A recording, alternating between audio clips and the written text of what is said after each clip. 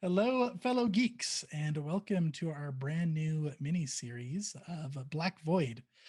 We are going to be playing through one of Black Void's campaigns that they have out, which is called Those Who Would Be Gods, which is written by, well, the game itself, Black Void, is by Christopher, I hope I don't mess up your last name, Savaldson is how I believe that's pronounced. And then the Those Who Would Be Gods campaign is written by Christopher as well, along with Dan Cross and John Creffield. So that's what we're going to be playing. This is kind of our interim series. Tabletop Treasure Hunters is off season.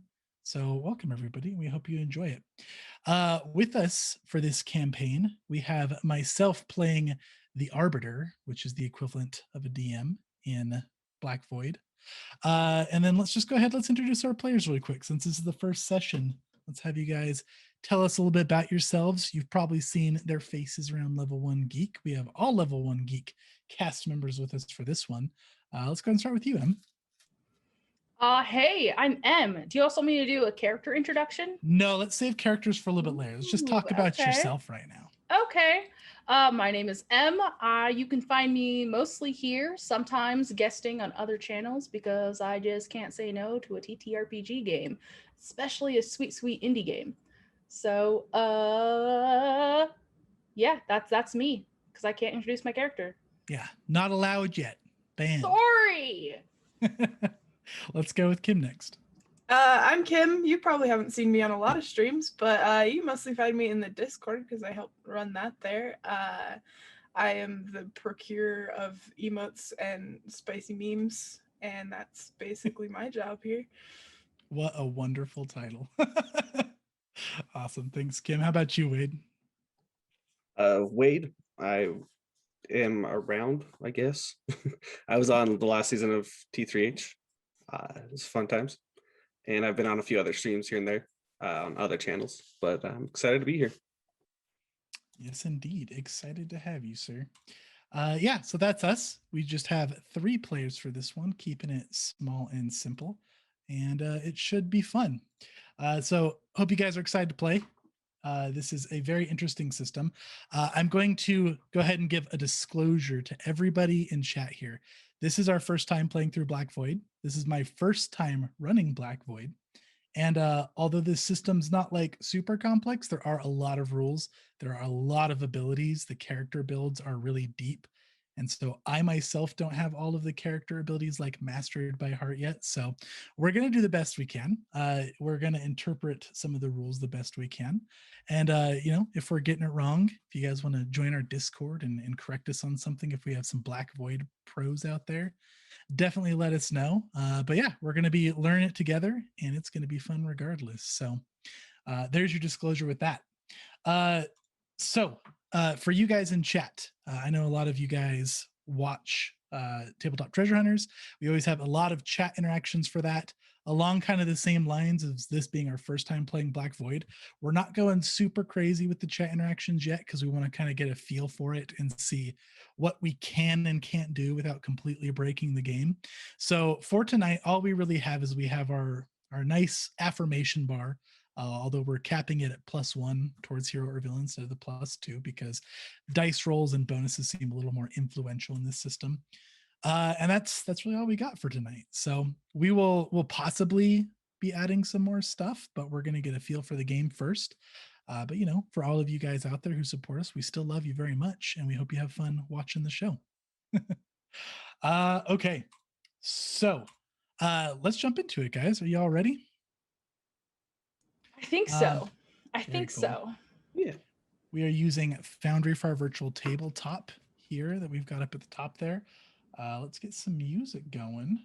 And let's start Those Who Would Be Gods. So before we jump into character introductions and everything, I am going to read kind of like the intro passage to Black Void. Because I feel like the setting of Black Void itself is very important to like the setting of the campaign, and I think it's just worded really cool. So Everybody just go ahead. Players, you guys can sit back for a sec. And I am going to read this intro passage. If it will load for me. My PDF just ran out of memory, so I'm rebooting it. Okay. This is called The Fall of Earth. In the days when Babylon was the greatest city on earth, mankind lived in a placid ignorance of the grandeur, vastness, and horror of the cosmos. Yet such tranquility is not meant to persist. The awakening of mankind was ruthless as the heavens of earth were torn asunder with a deafening rumble, like massive thunderous waves crashing against the shore. Mankind stared in horrified awe as small specks of black mist appeared rapidly across the heavens. Pulsating and roiling, as if somehow alive, the specks began to extend and grow, and it seemed as if an impossibly black fog was swallowing the heavens, a surging tidal wave engulfing the skies.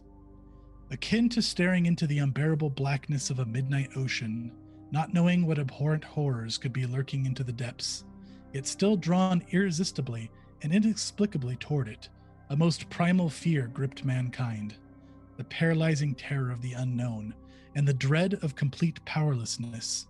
At the center of each speck, a whirling cyclone evolved, and eerie gurgling noises could be heard as if the gashes in the heavens were swallowing the very air.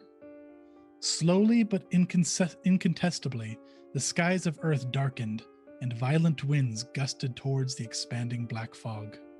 Smoky tendrils began emanating from the gashes, pulsing as if they were alive.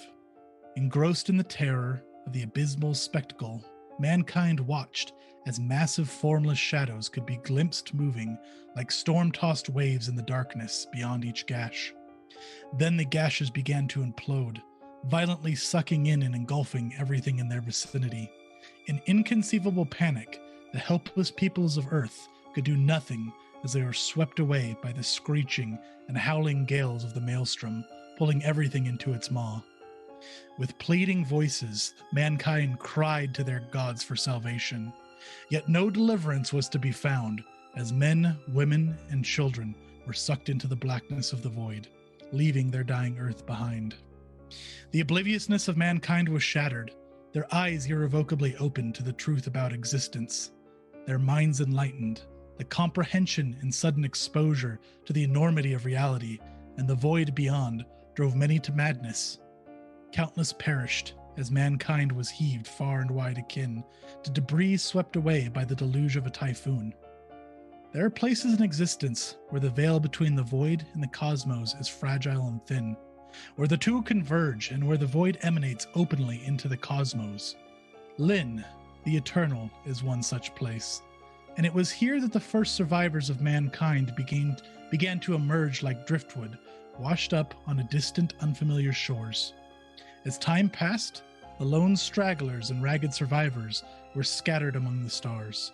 Earth seemed all but a distant memory, and a new era of desperate struggle for survival dawned for mankind.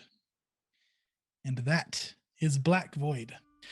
So, to summarize, Earth became engulfed by these large voids that spawned these cyclones that kind of just started pulling everything into it, and Earth was destroyed.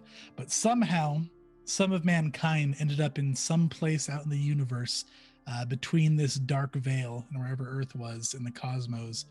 And they're now appearing kind of as this new race that is at the bottom of the food chain. And this whole system is kind of about trying to find their place in the world. And that is where we're going to play our story, Those Who Would Be Gods. So before we jump into the actual campaign, let's talk about character builds a little bit, because this system has a very unique character creation. There are no actual classes. So you guys will notice we have the player names and the character names down here, but we don't have classes tied to them because there aren't any. You get a number of trait points and ability points, and you basically just get to dish those out freely amongst a huge feast of different options. So let's not get into your character like backstories or physical descriptions yet. Let's talk a little bit about your builds and kind of describe your class, as it were, with like kind of the why you chose what talents, what kind of flavor you're going for. Let's start with you, Wade. Tell us a little bit about your character build. Nice. Well, I think first and foremost, he's half blood, meaning he's half human and half a different species. He's not sure which one, so couldn't tell you which yet. Maybe I'll find out. But with being a half blood, he's gotten certain abilities that are only open to half bloods. Namely, his skin's a dark gray with blue speckles because he has transformative skin, meaning that it can basically kind of like a gecko, right? He can change his skin color to match his environment and even the material of his skin. He has night vision and multiple eyes. So he has the two normal ones on his face, and then he has one on the back of his neck. During the day, these eyes are red. The irises are red. But then at night or in a dark situation, a black film covers them all, making like a pure black eye so he can see in the night. And probably the most prominent thing is he has 3 arms. So he has 2 arms on his right side, his normal arm, and then one underneath, and then one on his left. That is pretty prominent. Yeah, definitely stands out, I would say. I took the skill ambidexterity.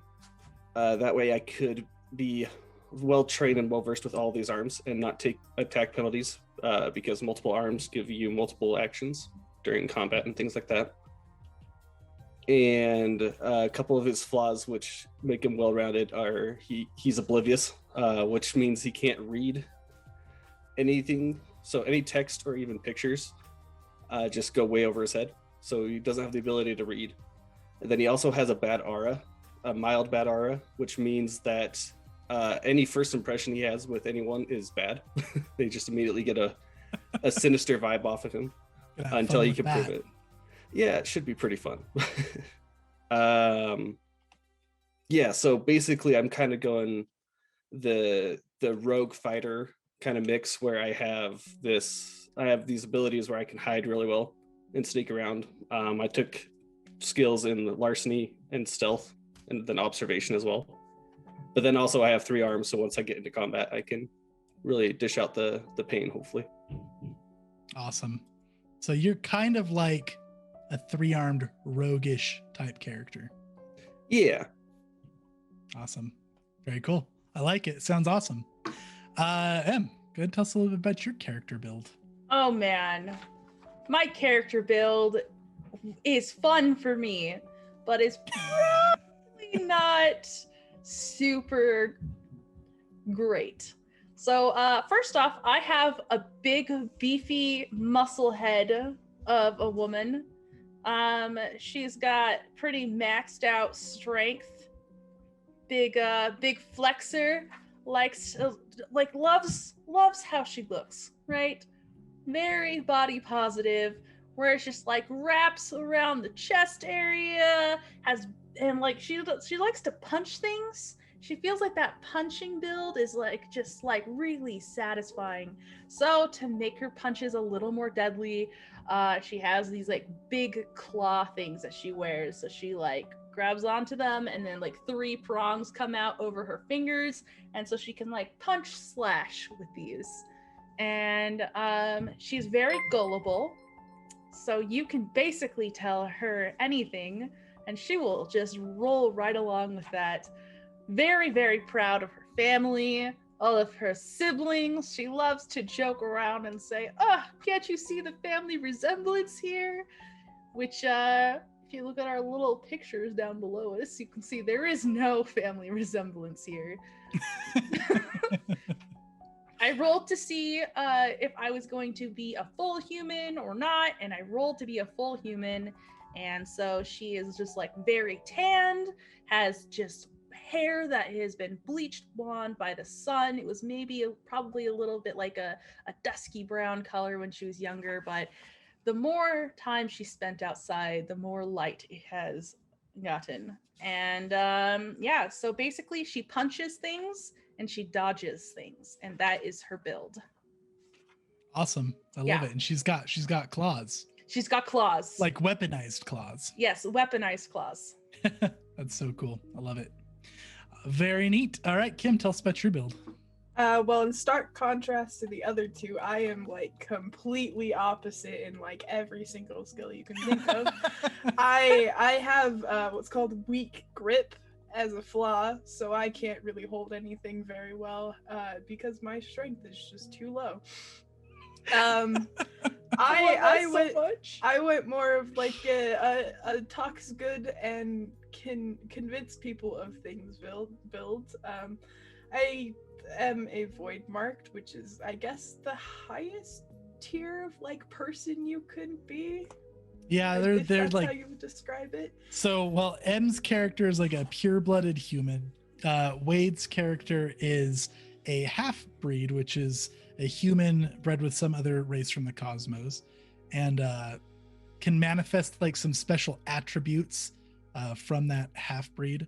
And then Kim's character is a void marked, which means that she's touched in the void in some way. She was affected by the transfer over here to this world, and it manifests in some interesting attributes as well as some special powers called mysticism. And yeah, go ahead and continue.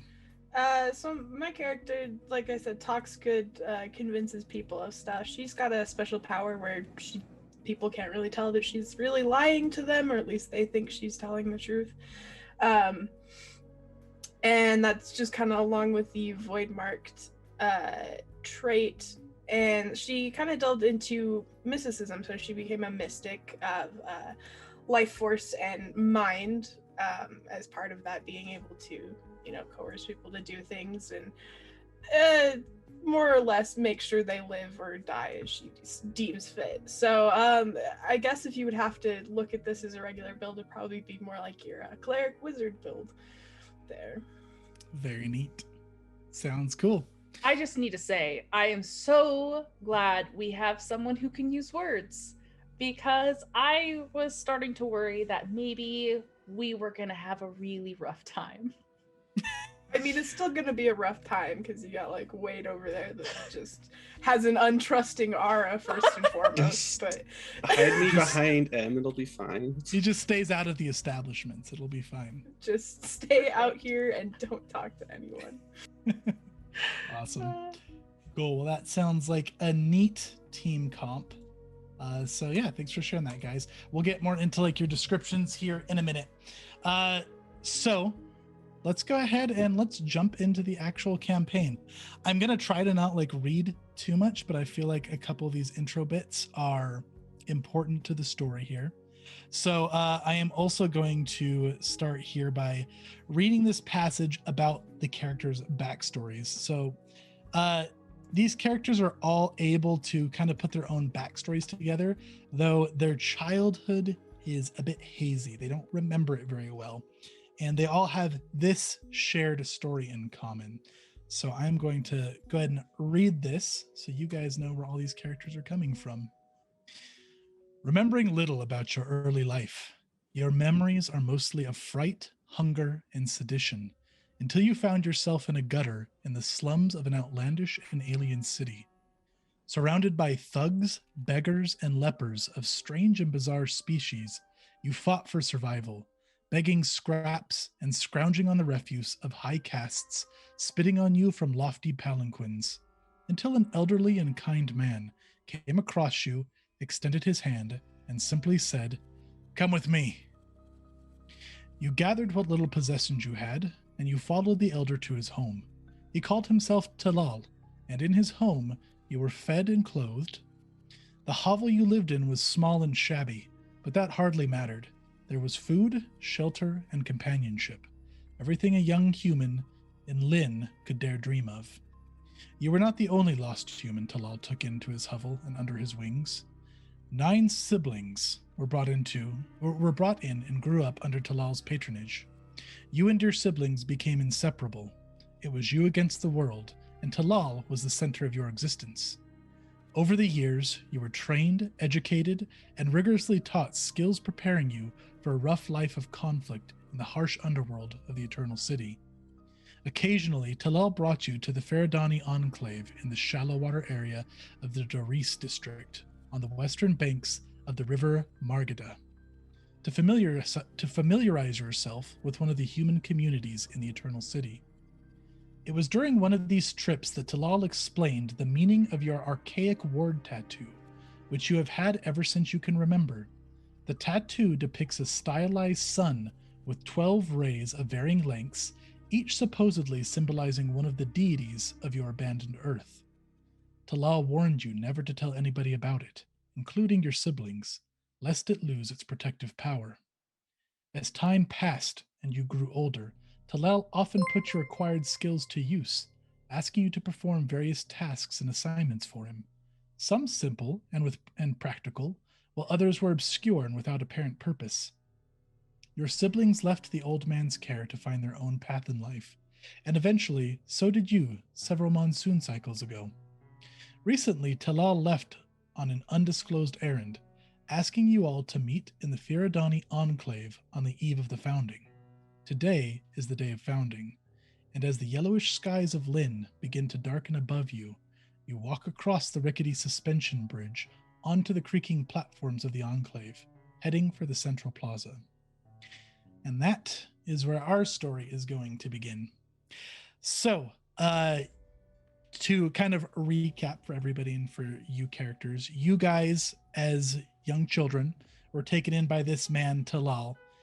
He fed you, he clothed you, he gave you a place to live. He took in others under his wing, your siblings, so not blood related, but just other people that he took in and you grew up with. So after you guys kind of grew up, you were able to part ways with Talal. You lived your own lives. You kind of went your own way for a bit. And none of you guys have spoken with Talal for at least like a good amount of time, like at least months probably since you've talked with him last. But he has sent word for you to meet here on this day of founding at a feast that's going to be happening on the Central Plaza of the Doris district. So that's where we're going to be starting. Now, the Doris district, just to kind of give you guys a word picture of what the scene is here. You guys are in the Eternal City, which is in the city, the world of Lynn that was talked about in the intro. The Doris district is a very poor district. It's built just off the bank of a large river, and it's built over the river. So the whole city is kind of over the water on these rickety wooden platforms, most of them smaller, branched out into a bunch of different ones. And you guys can see here, we have the map on Foundry here. The players here have a little key, but you guys can get kind of a general idea. This whole city here is built on these platforms over the water. The large number 2 there on the map is the Central Plaza where you guys are heading to. The Doris district is muddy. It is run down. There are houses stacked on top of houses. There is the smell of fish and tartar sauce that just kind of is very rank on the air. Everything's kind of dimly lit. It's often cloudy here with the weather. As it said in the description, the skies are kind of a yellowish hue, not the standard blue skies that you would imagine on Earth. And it's always kind of just dimly lit by flickering lanterns, burning with fire, kind of giving a dim reflection off of this muddy water. So that's where you guys are at. You're heading to the large central platform where most of the major structures and the heads of the Enclave reside. And who do you guys think would arrive first? Who do you guys think is the most punctual of your bunch? Oh, definitely me. Definitely you. Okay. So as you approach, let's see. Tell me your character pronunciation one more time. Is it Callian? Callian, yep. Callian. Good. Okay, so Callian, the yellow skies of Lynn are darkening as you enter the central Enclave platform. A feeling of home emanates from the place, even though it's a shanty town, peopled by a ragged and pitiful lot. As you observe the crowded plaza set with tables and a sense of merriment as platters of food and drinks are brought out. So as you approach here, it is pretty crowded here in the central plaza. There's about 400 people, give or take. Almost all of them are humans. Most of them pure-blooded humans. You maybe would see a half-breed or a void marked, though they're pretty hard to tell in a crowd like this. There's tables set out. There's all different kinds of food set out. It's not very fancy food. It's mostly bland bread and fish and vegetables, just maybe like lightly salted, not much seasoning, and some weed root ale is the main drink that's being served, which is not the best of ales. It's pretty cheap, but you know that living here, this is kind of the way people prefer it. To them, this is kind of a grand feast, and spirits are high. People seem excited. Your invitation that you received here, you were assigned a particular table to go sit at. So as people are conversing, are you going to immediately go sit at your table? Or are you going to try to converse with anybody on the way in? She'll look around, but seeing the people that are around and kind of the joyous merriment, she will probably just pass up on that and go right to the table. Awesome. Yeah, there's some people walking around that are assigned to dish out food and everything. So shortly after you sit, there are some people that bring you a dish and they pour you some ale as well as some water alongside it.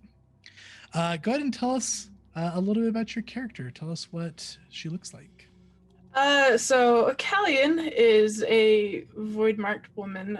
She's got very long jet black hair that usually hangs out of a cowl that she has over her head, usually draped, and a cloak that she has wrapped around her.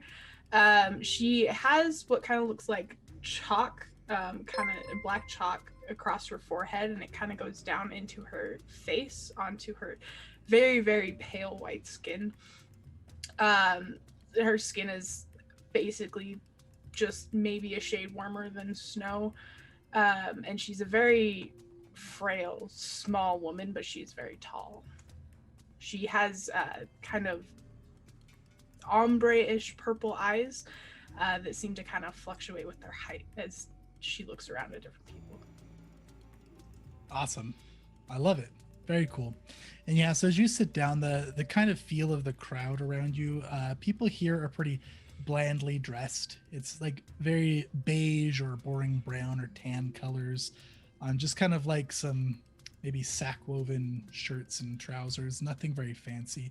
Aside from kind of up at the head of the feast, there are quite a few guards, about 12 that you can see, that are easy to identify. They're armed and in matching tabards that you know is the symbol of the Enclave, kind of making a perimeter around a few of the council members who are dressed in more elegant, not like extremely fancy, but more well-dressed robes.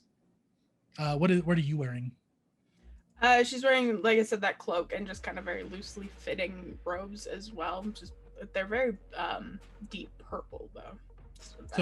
So above commoner status a bit, probably. Yeah, just a little bit.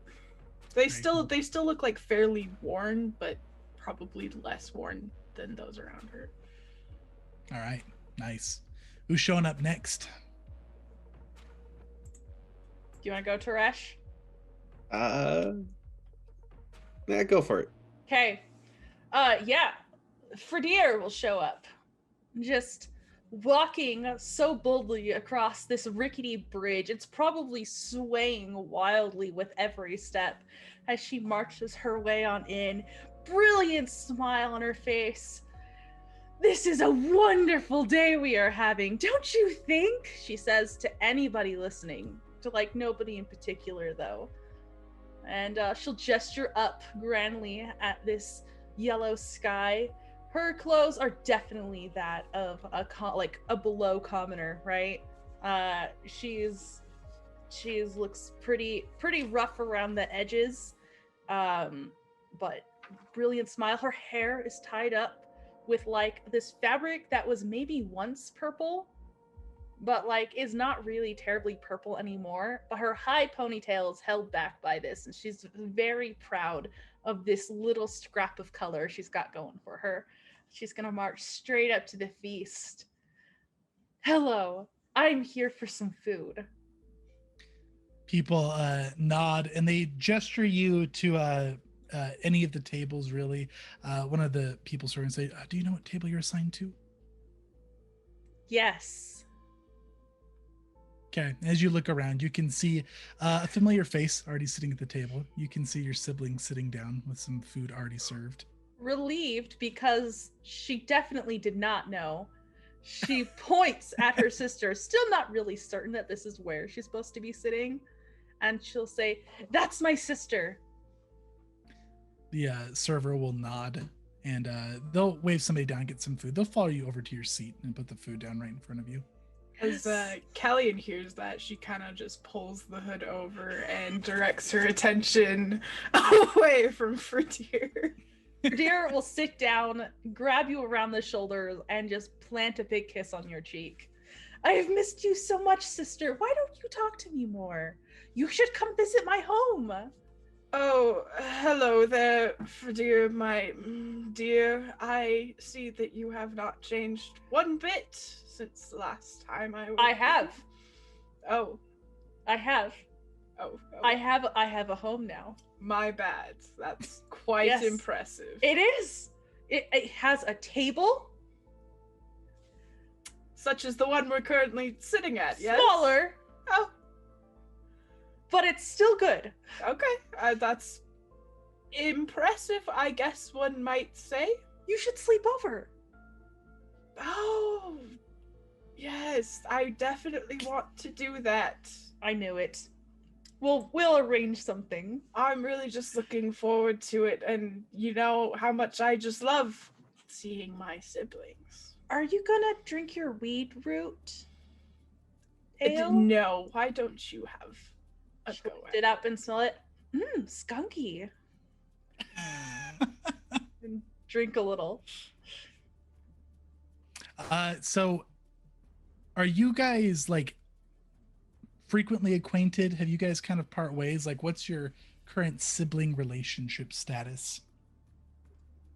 Probably in a more of part ways, because Ferdier is just so She's out too much. there. Yeah. Yeah, she's too much. She's not one to make smooth talk, but rather just talk. Just talk. Ferdier does not realize that they've grown apart. She thinks that they have only been kept apart because of busy lives, but they are still close in the heart and the soul. Very good. One of the servers notices that she is drinking your ale, and they'll bring a different beverage to your side. They bring some riverweed wine, which is a little bit more flavorful, a little bit fancier, but still pretty cheap overall. Not anything super elegant. What do you think will happen if I drink this one? What are they going to bring you next? That's a good question. Should we keep trying? But where can it end? Give it to me.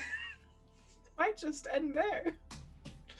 She'll quaff it in one go and grin over at the servants or whoever is serving and just point to her sister. Yeah, you grin over to one of them, and like from behind you, another server puts down another drink in front of you. What is it? They're on top of the drinks. This one's more weed root ale. Disappointing. Does she seem bummed by this one? Yes. She's still drinking it? Yes. Okay, very good. Why don't you go ahead? Stop. Why don't you go ahead and make me a stamina roll, and we'll get the first roll of the campaign out of the way. Huh? Oh no! First roll. So roll. Now this is going to be a trait roll. So you're going to take your, since we're not putting an applicable skill to it, you're going to take your stamina bonus and you're going to double it and then add it to your D12 roll. Oh. Come on here. Okay, I got a 6 and I double my stamina for a 2. I got an 8. You got an 8. Okay. Yeah, you're handling your liquor fine, though you're definitely starting to quickly feel a buzz with how many drinks you're pounding down. Perfect. I'm A-okay with that. That's All what right. the point was. And where's let's Suresh? I thought he's coming. And let's enter Teresh. Go ahead. Oh, you already gave your character description, right? Yeah. Okay, cool. Good. Yeah, let's enter Teresh. Yeah, as you say that, Ferdir, the seat next to you fills with Teresh. You see he's got a I mean, probably the first thing you notice is his eyes. His irises are red. He's got dark gray skin with these faint blue spots all over it. His hair is thick and like a mane over his head, almost like it's a cowl or a hood. He has on ragged clothes underneath, but on top of that is a decently nice set of leather armor, painted black, with matching bracers and greaves. And he's got a set of swords with him, 2 scimitars and a short sword that's across his chest. As you turn to your left, the seat is next to you, filled. Ferdir. Teresh, my beloved brother. And she'll wrap you up in a hug that is absolutely bone crushing. Oh, As she squeezes you close and then okay. plants a kiss on your cheek as well. Okay. Well, we talked about the no touching. I cannot help it. Okay. Oh, the other's back. Good. Callian? Are you going to catch up drinking with me? And I'll gesture to my many cups. No. Why? Maybe a little, Okay. but just a little. No. Oh, and don't worry. I've already scouted the area. Nothing looks too suspicious. Always so suspicious. You need to drink more weed ale, weed root ale, or river reed weed wine. I think you need to drink a little less. I think that I just forgot how to speak. That happens with too much drinking, but that's okay. I think that maybe she can still read and write better than you, but how are you, Tarash? Our Well, sister is here! I see that. It's been a while, Callian. It's been so That's long I been- forgot your name. That's absolutely Embarrassing. fair. You would like it that way, I'm sure, but not today. Why is there a feast? Someone told me, but I wasn't paying attention. You would know that it is Founding Day, which is like the day that this enclave was founded. So it's like a little anniversary celebration.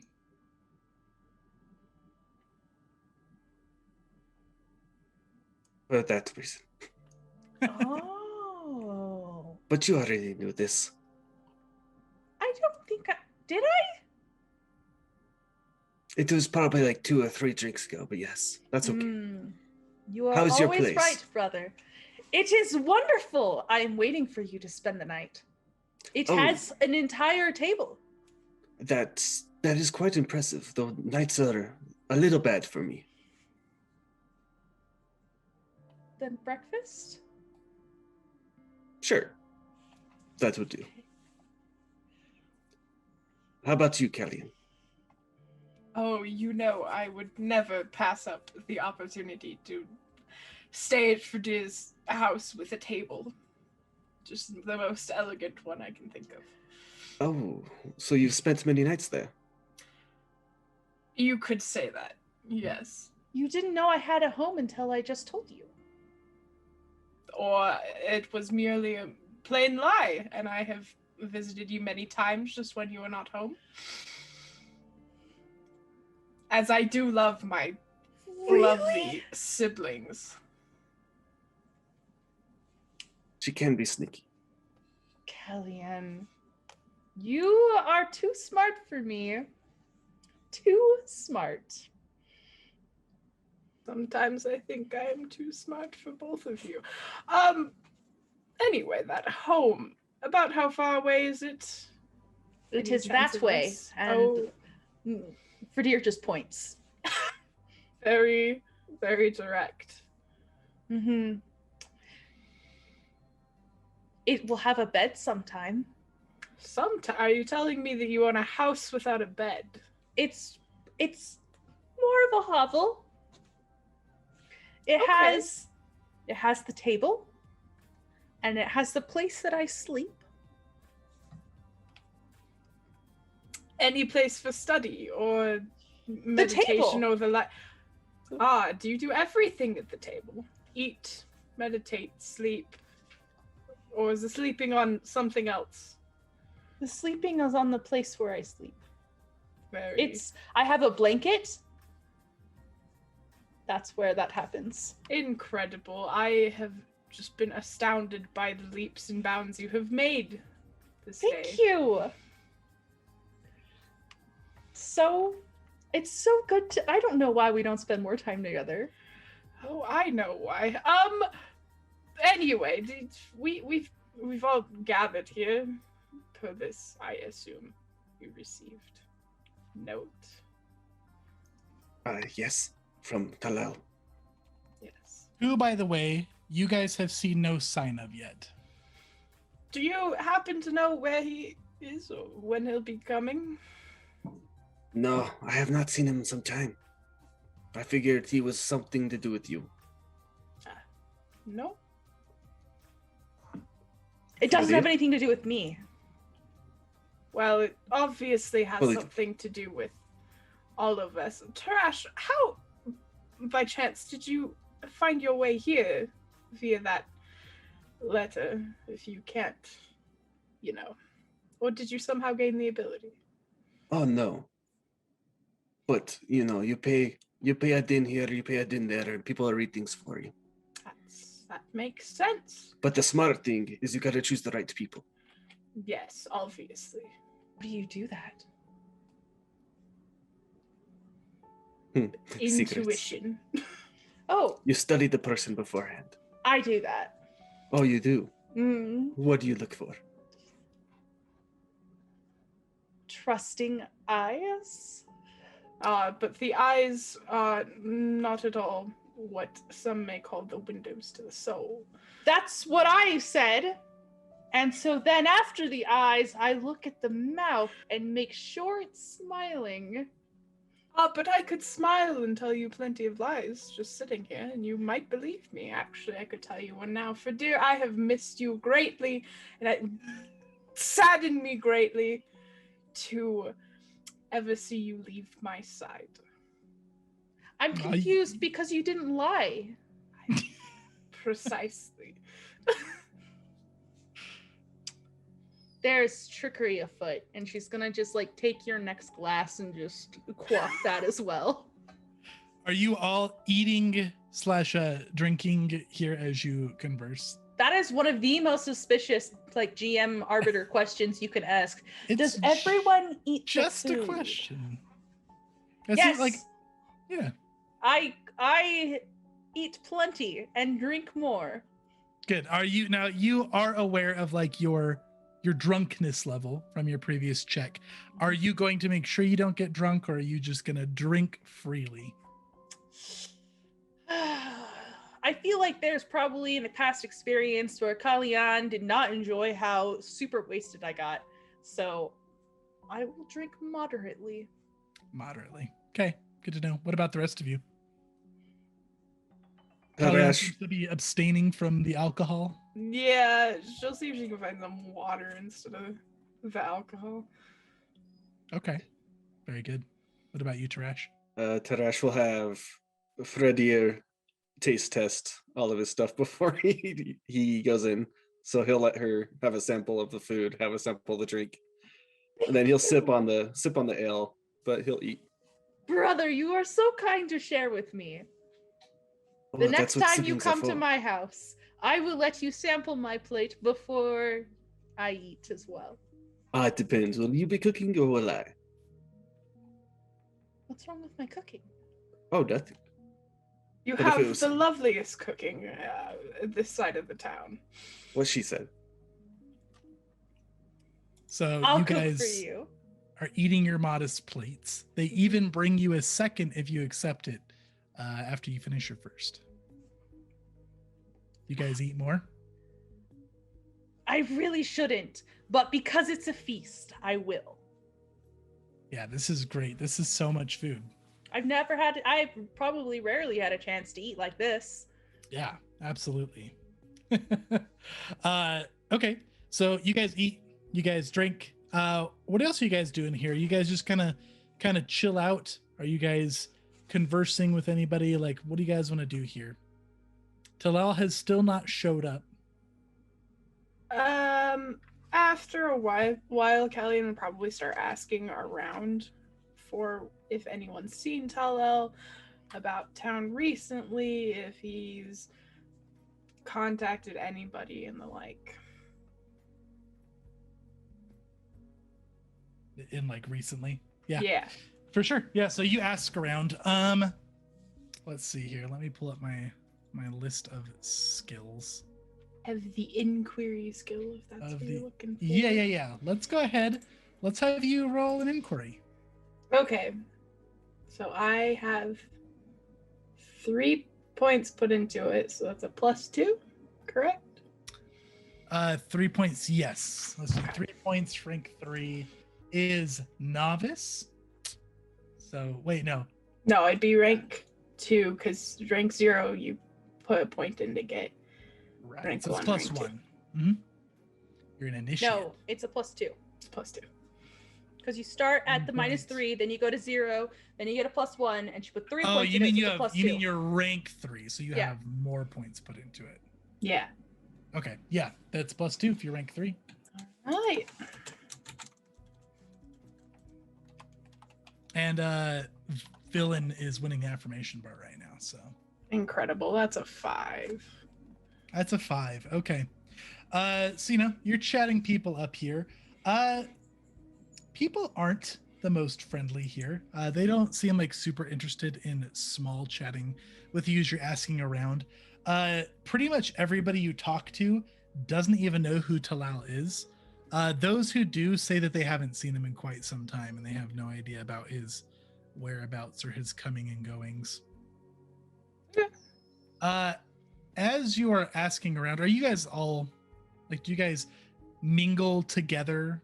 Is Callian probably going off on her own? Tarash would definitely stay at the table. If Radir stayed there, he'd probably start pointing out funny features on people. Yeah, Wait. Fradir loves this game. Look at the nose on that one. I know, Never seen one so round. right? I wonder if he can smell colors. Is that possible? I don't know. I've never had a nose that size. Point out another one. Oh, shh. I mean, we gotta be quiet to talk about this one. Look at Point out the another one. look at the ears on that one. They're probably listening to us right now. How did they get the lobes so saggy? I mean, maybe they like hung on them. They had people hanging on them for years. Like children? Yes. Twins. Swinging on One them. for each side. Exactly. Sometimes you notice the things that I would never think of. I have more eyes than you. As you guys are conversing, you guys are approached by one of the counselors. So one of the more important people here at this event. You can see him approaching your table, clearly walking towards you. His name is Bazad. He is a young, portly human with blotchy pink skin, which is mostly hidden by his full but still well-trimmed beard.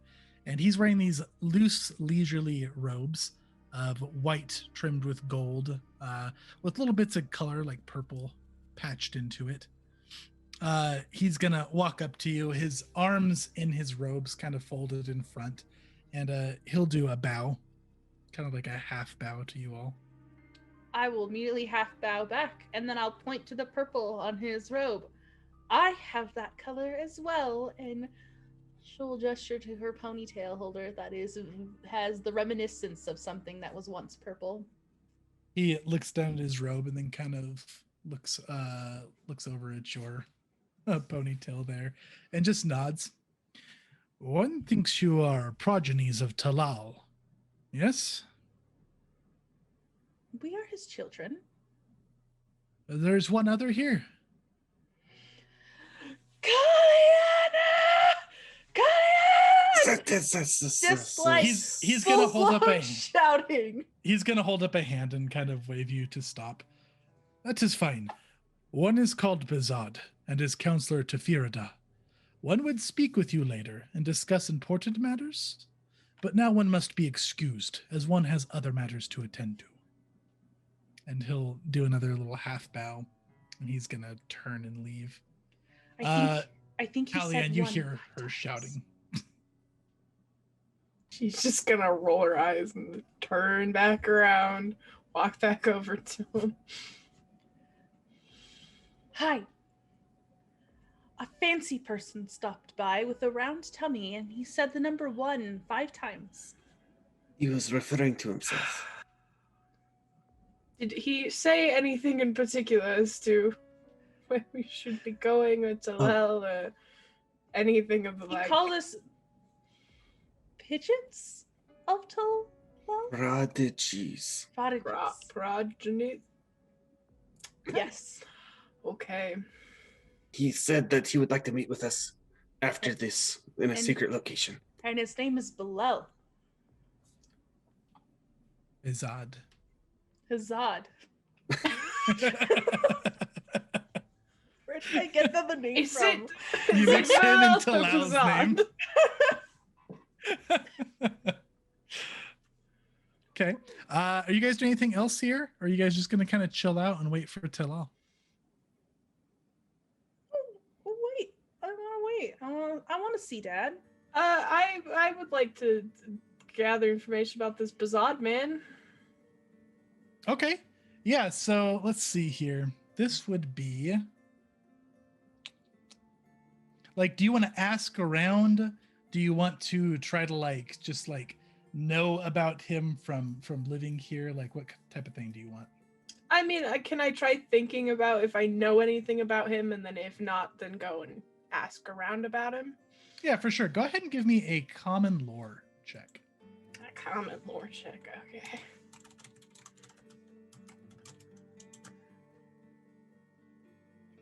It's gonna be a 6. Going to be a 6. All that you know is that he is the counselor to Firida, and it's pretty common knowledge. Let's see here. I'm looking for this name. Yeah, so it's pretty common knowledge that Firida founded this enclave. That's why it's called the Firidani Enclave. It's named after her. About 30 years ago, and has been continually struggling with factions who see humanity as nothing more than a nuisance or something to be exploited or even eradicated. She is pretty much the sole reason that this ragtag of humanity is still held together. And you know that he is one of her counselors. That's pretty common knowledge. Aside from that, you don't recall anything else about him. Okay, I'll ask around to see if I can get any additional information. Yeah, just for if sure. anyone's willing to give anything whatsoever. Yeah, go ahead and roll me an inquiry. That's gonna be a 10. 10. Very nice. Okay. Yeah, roll me a d4. Don't mind if I do. It's a 2. Okay. Yeah, people don't tell you much else about Bizad, aside from what you already know. Though you do get some kind of gossip going around from some people. One woman you're speaking to, I don't know about Bizad, but there seems to be some dissension among Firida's counselors, Bizad included.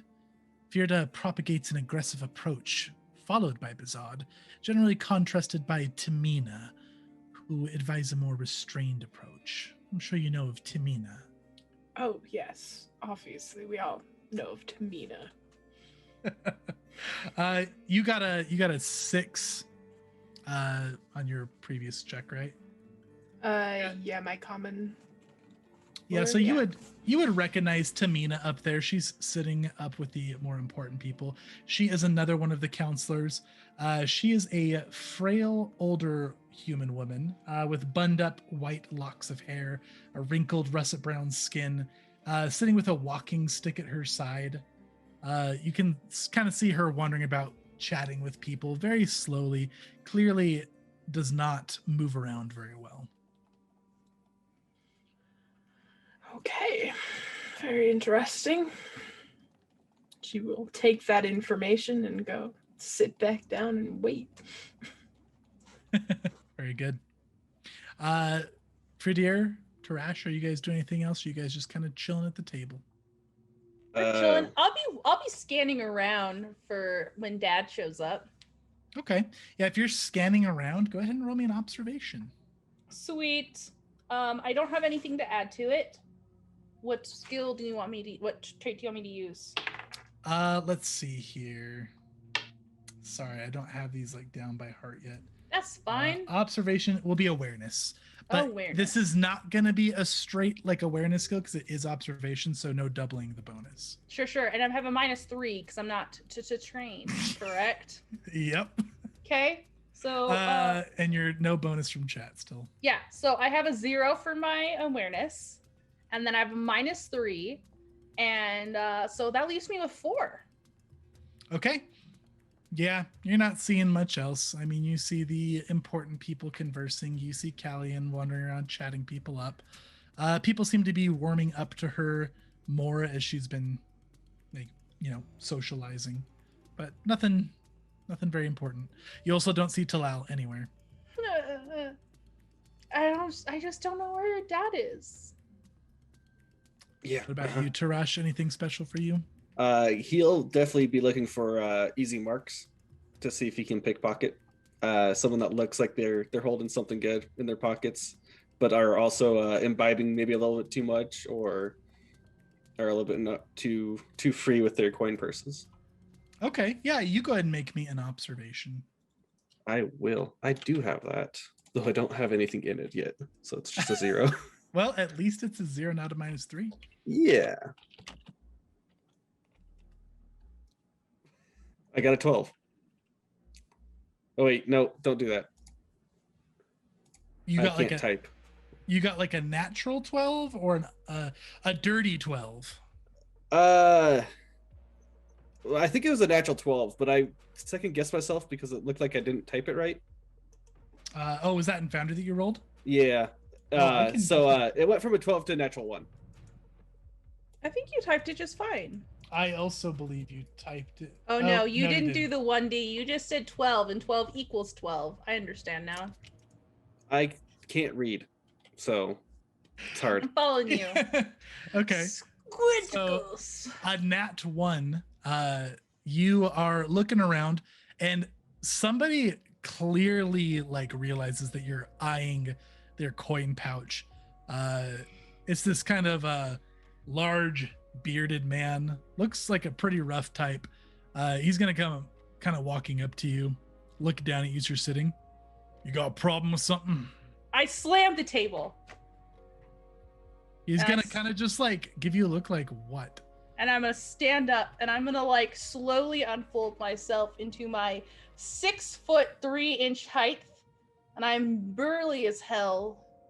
And I will look at him and I'll say, if you have a problem with my brother, you've got a problem with me. So this large, buff 6'2" man looks up at you as you stand. Roll me an intimidate. Okay, I Using have strength. burly as well, which gives me a Oh. +1 to my intimidates. And I don't know why I said the multiple intimidate. Plus that, and I have 1 rank, so I don't take a minus. So Awesome. I am at a +3 to this roll for a grand total of 8. Okay. Yeah, he kind of looks up at you, looks a little surprised at how large you are after you were standing up, or once you were sitting down, moving to Mhm. standing up. And he kind of just like looks down at him. He's gonna pat Tarash on the back, just kind of a firm pat. Just want to make sure we didn't have a problem. None here. Oh, that's good. Yes, I was just looking at your girth, but you keep walking along now. You have a nice Yeah. party. Yeah, he was looking at your dick. Get along. Okay. He's gonna Fred. kind of furrow his brows. That's Keep what your eyes girthy is, somewhere right? else. That's what's girthy? God, never the mind. Just good day, sir. He looks real uncomfortable, blushes a Yeah. little bit, and he's gonna go walking away. Hellian's just gonna like look over him and just mouth, I am so sorry. He just scowls and shakes his head at you and moves on. Well, that went All well. Good backup. I'll sit down. All right. Handled. Callian, do you eventually rejoin your siblings at the table? Yup. Okay. Yeah, you chat people up. You come sit down just in time to see them interact with this large man, almost have a conflict. As you sit down, you can see up in the air the massive red suns up in the sky, kind of contrasting this yellow, are finally starting to set. So shadows are kind of deepening. You can have the strong smell of the riverweed wine and fish on the air. Everything's feeling very nice and comfortable and cheerful until the smell of that wine replaces in all of your noses with this acrid kind of burning smell. It burns your nose, kind of tickles it, smells terrible, maybe even makes you just dizzy for a minute. And then you guys hear 3 very loud explosions, one after the other, just big bangs off in the distance. And shortly followed, there's people kind of go silent for a minute. The crowd quiets, and then you guys can see several large plumes of smoke. You can see one coming up from the north. So you guys here, if you look at the map, you guys are in the plaza here. This is number 2. You see a large plume of smoke coming up from the north. You see one coming off in the distance to the northwest. And then you see one coming from down here towards the southwest. You guys know this district pretty well. You know that over here, there is The drinking den. the drinking den, as well as like a small storehouse, some good fishing. Over here to the northwest is just some minor storage, and to the southwest there's some more crucial storage to the city. There's lots of supplies stored here, some good fishing spots. After these plume of smokes rise up, eventually the silence turns into panic and people start screaming and just scattering. What are you guys doing? Fresh, the drinking den. We will have no more alcohol or places to drink. This is quite unfortunate. I know that Your house isn't near there, right? it's very near there. That is even more unfortunate. We have to. I know that you've told. Was it you who told me? Maybe it was Kalyan who told me that you don't run towards explosions. But I think this is the case where we run towards explosions. Which one? There's 3 of them. The drinking den. You guys hear the final counselor advisor to Firda. His name is Kun Azar, who is this tall, broad-shouldered man with tawny beige skin, cropped full beard, thick wavy hair. He carries himself with authority and has these dark, piercing yet kind of slightly haunted eyes. He's a very stern-looking authoritative figure. He stands up and immediately jumps into action. He starts rallying guards together. He's going to say, "Split up! Everybody stay calm. We'll take care of this. Stay here. Keep order." He's going to go say something to Firda, and him and her and a big chunk of the guards are going to go splitting off into these different directions. Bezod and Tamina stay behind. Bezod looks very frightened. Tamina, not so much, but you figure she's probably clearly staying behind because she doesn't move so well. And a handful of guards stay behind and kind of make a perimeter around them. Fresh move. No, they said stay. But they said split up. You have to stay at least 6 feet away from me. I don't think that's how this works. You Callian? guys hear a bunch of people discussing, we can help, right? Yeah, of course we can help. And there's a good portion of people that go running off in different directions. But the majority of the people do stay here looking quite frightened and panicked. Teresh, we can help. We are very strong. Speak for yourself. I'm short, but I'm fast. You are very good at killing things, and she'll pat you on the head. Ow, thank you. But what about Callian? Callian! She could barely hold a dagger. She's Standing like right next there. to you. I am more than capable of doing things without my hands. Let us go to the drinking den. If that is your motive, then let us go. That You need to is check on your my house. mofid. Muffy. Mm-hmm. That is what I want to do. Maybe we should leave the drinking den to burn. Okay, let's go. Okay, I'm gonna start hurrying that way. Okay, so Fradir is heading towards the drinking den. Are the other two of you following her as well? Yep. Yep. Awesome. Okay. So you guys are running towards the north then. People kind of stay away. People did more or less form order in the enclave. They're kind of staying around the edges of the circle kind of area, staying out of the way, making sure people can move and not clutter up. They just look very frightened for the most part. As you guys are heading towards this, you can see that plume of smoke. You notice an acrid smell of smoke in the air, and you hear people all over just shouting, "Fire!" People are leaping to their feet, running everywhere. The panic is much more intense, like outside of the enclave there. People are scattered. Let's have everybody go ahead and make me awareness rolls on your way Oh. out. How wonderful this is. 7.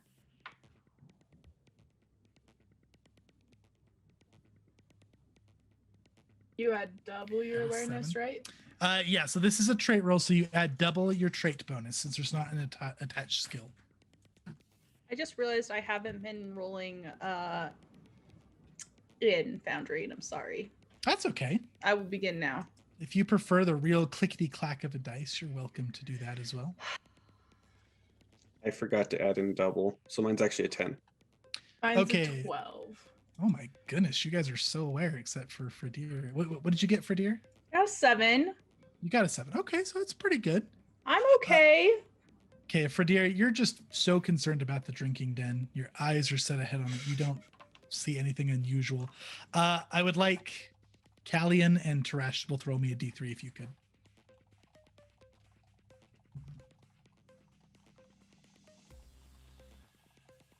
One. Okay. What about you, Teresh? 1 as well. Okay. As you guys are heading to the north, going towards this plume of smoke, Tarash and Callian, you guys both simultaneously meet eyes as you notice the same thing. You can see 3 to 4 of these skulky looking figures that are clearly trying to stay in the shadows, wrapped in this kind of cloth covering their face, skulking back towards the enclave behind you.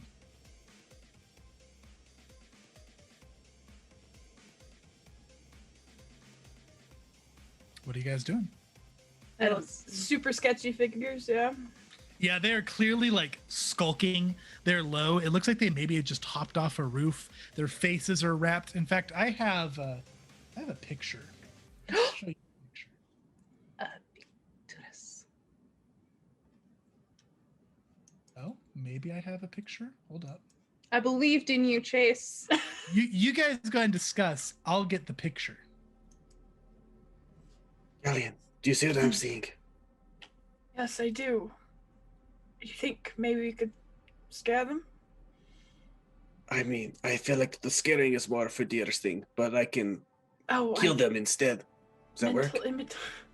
There we go. It's a good I found picture. pictures. That's how sketchy they look. Okay. Okay. Wow, you were like not messing around. They look very sketchy. Yeah, big time. Okay. They look super sketchy. I do not think they're good. I do not think they mean well either. Well, should we try to take care of them? What are you whispering about? My table! For dear. As she shouts, you see one of them kind of like jump and look back in the direction. They don't directly meet eyes with you, but they look nervous and like look around, and they go kind of like ninja running towards the enclave. Like full-blown Naruto run, arms straight back? Yeah, sure. Yeah. Interesting. So wait, they were okay. running from where we came from? They're running towards where you came from, back towards the enclave. Okay. Okay. They're running to where we were. Should we stop them?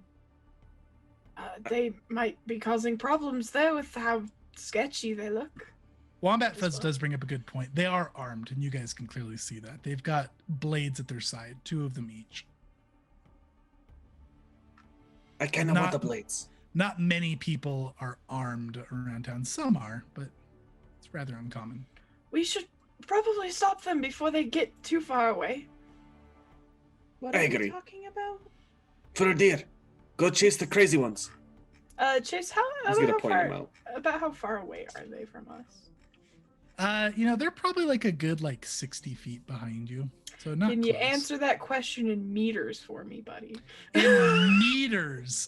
You know what? They're probably 1 meter That's is right, about I- 3 feet. 1 meter's about 3 feet.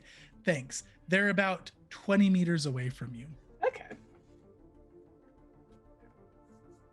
Okay. Well, once they said get him, Fredir will turn and just immediately start sprinting after them. My sprint speed is 28 meters. Okay. All right. So And she's just gonna start running after them, and she has just this enraged look on her face. Her ponytail's whipping back and forth as she runs like a tank towards them, and she just shouts as she gets closer, "What did you do to my table?" Callian would like to start making a delusion in front of them of kind of just like a row of guards. Just Okay. Blocking, standing in their way. Okay. Yeah. So go ahead and let's make a mysticism check, shall we? What's the kind of terms that you want to put on this? So I assume Fredir's not going to get to them within 3 seconds, right? Yeah, no, it looks like they're a good distance ahead of you, and they're moving pretty quick. So Okay, so we're gonna have channeling time be 3 seconds or around. The duration be 9 seconds, okay. and then the area. How big does the area look in front of them? So right now they're heading probably towards an alleyway leading back to the enclave. So maybe You said there's 3 of them, right? yeah, maybe 2 Okay. meters across. So we'll have it affect 3 people, Okay. and then a. Oh no! I lost the table. There it is. And then, since Fredir's already after them, we're gonna go for a questionable delusion. That should be 2 plus 6.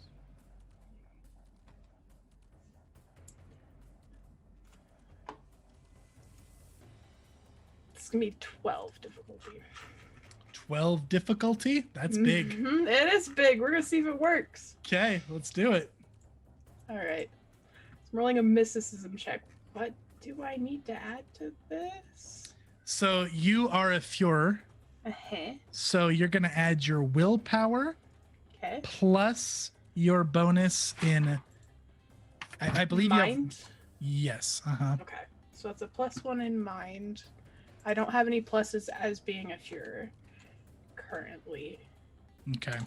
So it's 1d12 plus. And then you 9. either have a sphere or you don't, right? Do you wait, no, you take ranks in the spheres. You can right? take ranks in the spheres, yes. So you'll add your sphere rank as well for mine. Yeah, so Fury rank. Oh, that's what you mean by mind.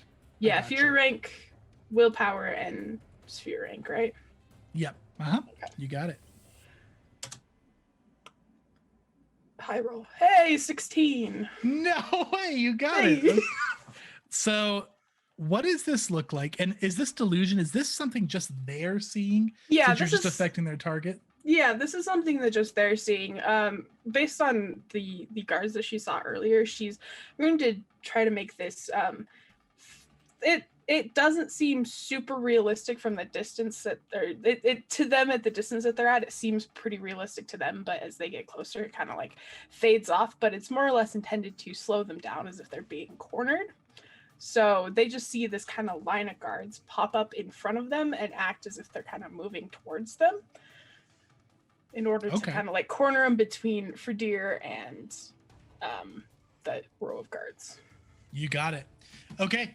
Yeah. So that you see them kind of start dashing into this alleyway, and all of them suddenly stop, and they look at each other kind of confused, and then they shrug and they draw their weapons, and they start like, you guys just see them like mimicking fighting motions. What are the rest of you doing? Fredir, you're sprinting towards them. Yeah, I'm now calling them idiots as I run towards them because they are fighting. I won't tell them they're fighting nothing, but I'll just start calling them idiots, morons, fools, pigs, sons of goats. It's very good. Okay, let's go to a different map here. Yeah, Tarash would immediately take off after Fredir, saying something like, crap, I forgot how fast she is. Ah, wait for me, wait! Were they running faster than me? They were. Looked like you That's were not going weird. to catch them.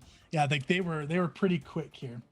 Okay, so you guys, let's get you on the map here. We've got Fredir. Now we don't have a snapped grid here, so you guys are just gonna have to like move yourselves. We're using very basics on the virtual tabletop today, so we're using it for like tokens, dice.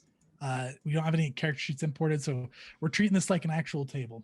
There is Fredir, Tarash, Callian, and then we've got 3 of these shady figures. That's not who I want. 3 of these people over here that are mimicking fighting motions. Callian, you're probably back here casting illusion. Tarash, you're probably pretty close to her, and Fredir will say that you're maybe up here since you were sprinting after him. You yell at them, and they look back at you, still kind of mimicking their fighting motions. And one in the middle here is going to turn to you in like a battle pose. And let's go ahead and let's roll initiative.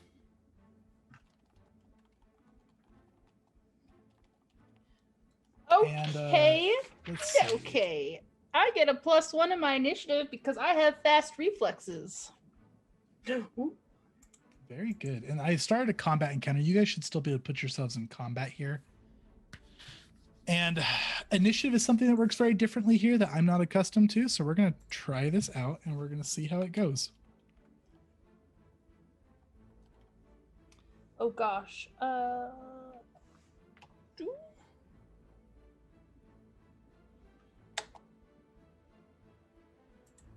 I didn't do it right. If you have a negative to your ability. Oh yeah, I probably can't use the dice roller. I need to like actually use this. If you guys need me to update your initiative, just let me know and I can do that. I did the thing. If you have a negative to your ability, you still double that and take the negative of it, or Yes. okay, Mhm. okay, that's a bit rough for me. It is a bit rough. Oh, I didn't add myself to initiative. I don't know what that Okay. does. That was fun. Yeah, so both Fred and I are at 8. I actually Initiative. forgot one. I need to be at a 9. Never mind. Get out of here, Taresh. You don't belong in my. I'm gonna come initiative. save your butt anyways. Calm down. Okay, that's fair. That just gives you enough time to get in trouble. Callian should be at a 4. Callian should be at a 4. Very Yeah, I got a good. -4 to my initiatives, so Okay, good, living the good. best life here. Tarash, what do you have? An 8. Okay, I have a 9. okay, and you have a 9. Okay, so the base initiative that we have here is rolled with Fredira is a, or not, sorry, Fredir, not Fredira, is a 9. Tarash is an 8. The Raiders are at a 6, and Callian's at a 4. So the way that I understand initiative here is we are each going to declare our actions because actions can modify where you act in initiative. And then let's try just keeping initiative as we rolled it for now. Okay. It says you can do it either way. So let's try it this way. And if you do different actions, it will modify your initiative in different ways. And yeah, let's go like that. Do you guys as players understand here, like you get one action, you can choose it from the list of maneuvers or actions on the action table. If you have special abilities you can choose from those as well. We're going to have on the grid here, one square will be 1 meter, and we'll just go like that for now. Okay. Sounds good. Okay. So Fredira, what do you intend to do here? All right. So she is going to move up to them. And I Okay. can move 7 within combat. So 5, 10, oh, I don't know, 1, 2, 3, 4, and I'm here and I'm in close range. Because I need close range for my claws. Okay. So you can move a total of 7, is that right? That's correct. Now, are you doing like a move and attack? Or are you doing a charge maneuver? Like, what are you doing here? So I feel like she probably didn't have her weapons out yet, so she's like gonna reach down into her like waistband thing, and she's gonna pull out her big claws, and they're pretty big. They're about the size of a finger, so she'll pull them on. So she's going to do the, I don't know, is that the action to pull it out, or can I do that while Yeah, I so move? it would be the maneuver to draw or grab an item. So Okay. you can move half your speed Oh, for right. no action, and Okay. then you could equip your items basically. and Perfect. That's your turn. That's it. That's what I want to do. I'm there and ready to get her. Okay, Tarash, what are you doing? Well, let's see. I'll probably do the same thing. I'll do And a if half you move and players need draw. if you guys need the maneuvers, by the way, they start on page 130 of the core rulebook. There's a table of actions you guys can take. Very nice. Yeah, so I'm gonna draw or grab item with my half move. So I'll go 1, 2, 3, 4, 5, 5, and I'll whip out all 3 of my swords. So 2 scimitars and then a short sword in my one hand. Okay. All right, that is Tarash's turn. So these 2 raiders here are just, they look like they're just fighting nothing. What was your duration? You put 9 seconds on your duration, right, Callian? Yes, I did. Okay, so a round is 2 seconds, if I remember Around is correctly. 3 seconds. 3 seconds. Okay. So we're going to say after this round, there's probably 1 round left of that by the time it took everybody to get in position, start fighting. So these 2 just fighting. This one here is going to turn around and it's going to take a swing at you, for deer. Come And I would- at me. I would like you to make me a roll. I'm trying to look at what skill it is Oh. here. Okay. Where's my list of skills? Let's see. Inquiry is like sensing motive. Is that right? Correct me if I'm wrong. No, that'd probably be observation. Just make me an awareness roll. No, it would be observation. Make me an observation roll. Okay. Those are different things. Okay, Yeah. observation will be Observation. -3. I have a 1 or 0 in awareness. So yeah. I rolled an 11. So I have a -3, so I'll be at 8. Okay. Yeah, so they swing at you And you're very easily able to kind of dodge out of the way of this. It seemed like either just like this is a pathetically trained fighter, or like they weren't even trying that hard. But they kind of take like a half-hearted swing at you, and it's just you can easily avoid it. She's just gonna laugh at them. Okay. The eyes behind this mask narrow at you, and that's their turn. Okay, perfect. Callian, you're up. Only one's gonna attack for their turn. Well, the other two are attacking. They're Oh, got fighting it. the guards. Okay. The guards. Okay, we're gonna try to hit him with some more mystics here.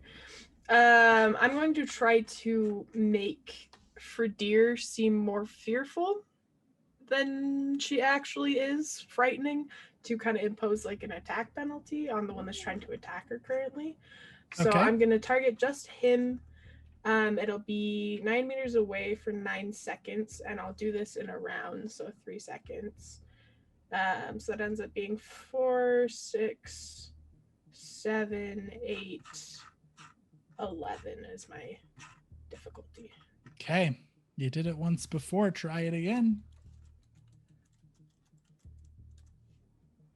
Do it. No! That's It doesn't work.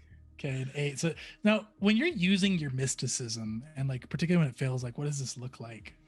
I imagine it, since it's targeting specifically him, he maybe gets like an inkling of something's trying to mess with his mind, and it just kind of like confuses his thoughts ever so briefly, and then it just kind of snaps back into that. And you just what do kind of you look like? I just kind of look like you just kind of see like the black chalk on my face kind of start to get like more pigmented and kind of more covering my face. Oh, that's cool. Like it kind of like almost like melts a little bit. Yeah. Yeah. Okay. Yeah. That's creepy. I like it. Yeah. Okay. Yeah. He just kind of starts like shaking his head a little bit. The eyes go from narrowed and angry at you to looking a little bit confused. Okay. Back up to you, Fredir. Fredir. Okay. I would like to use my one action to make an attack. Okay. Okay. Are you doing like there's several types of attacks? Are you just doing a normal attack? This is true. This is true. I will do. I want to do a normal attack. A normal attack. Okay, you got Mhm. it. Okay. So this is going to be just gonna roll here, and then I'll add my things. I got an 8. I have a +2 for my ranking in unarmed. And it goes to my strength. So I have a +4 to that. So I have a 12. You have got a 12. That is going to hit. Okay. Does that do it's a dirty 12, so it doesn't do anything extraordinary, does Right. it? Not an exceptional hit. Okay. At least not to my understanding. Anybody can be free to correct me. Boom. 3. And then we're gonna go ahead and add 3 more to that for a total of 6. But okay. Yeah. So you stab him with one of your claws. So yeah, I picture that Fredir just goes, she has it, and she like laughed, and then she's like, let me show you how it's done, and just slashes right across the face. Okay.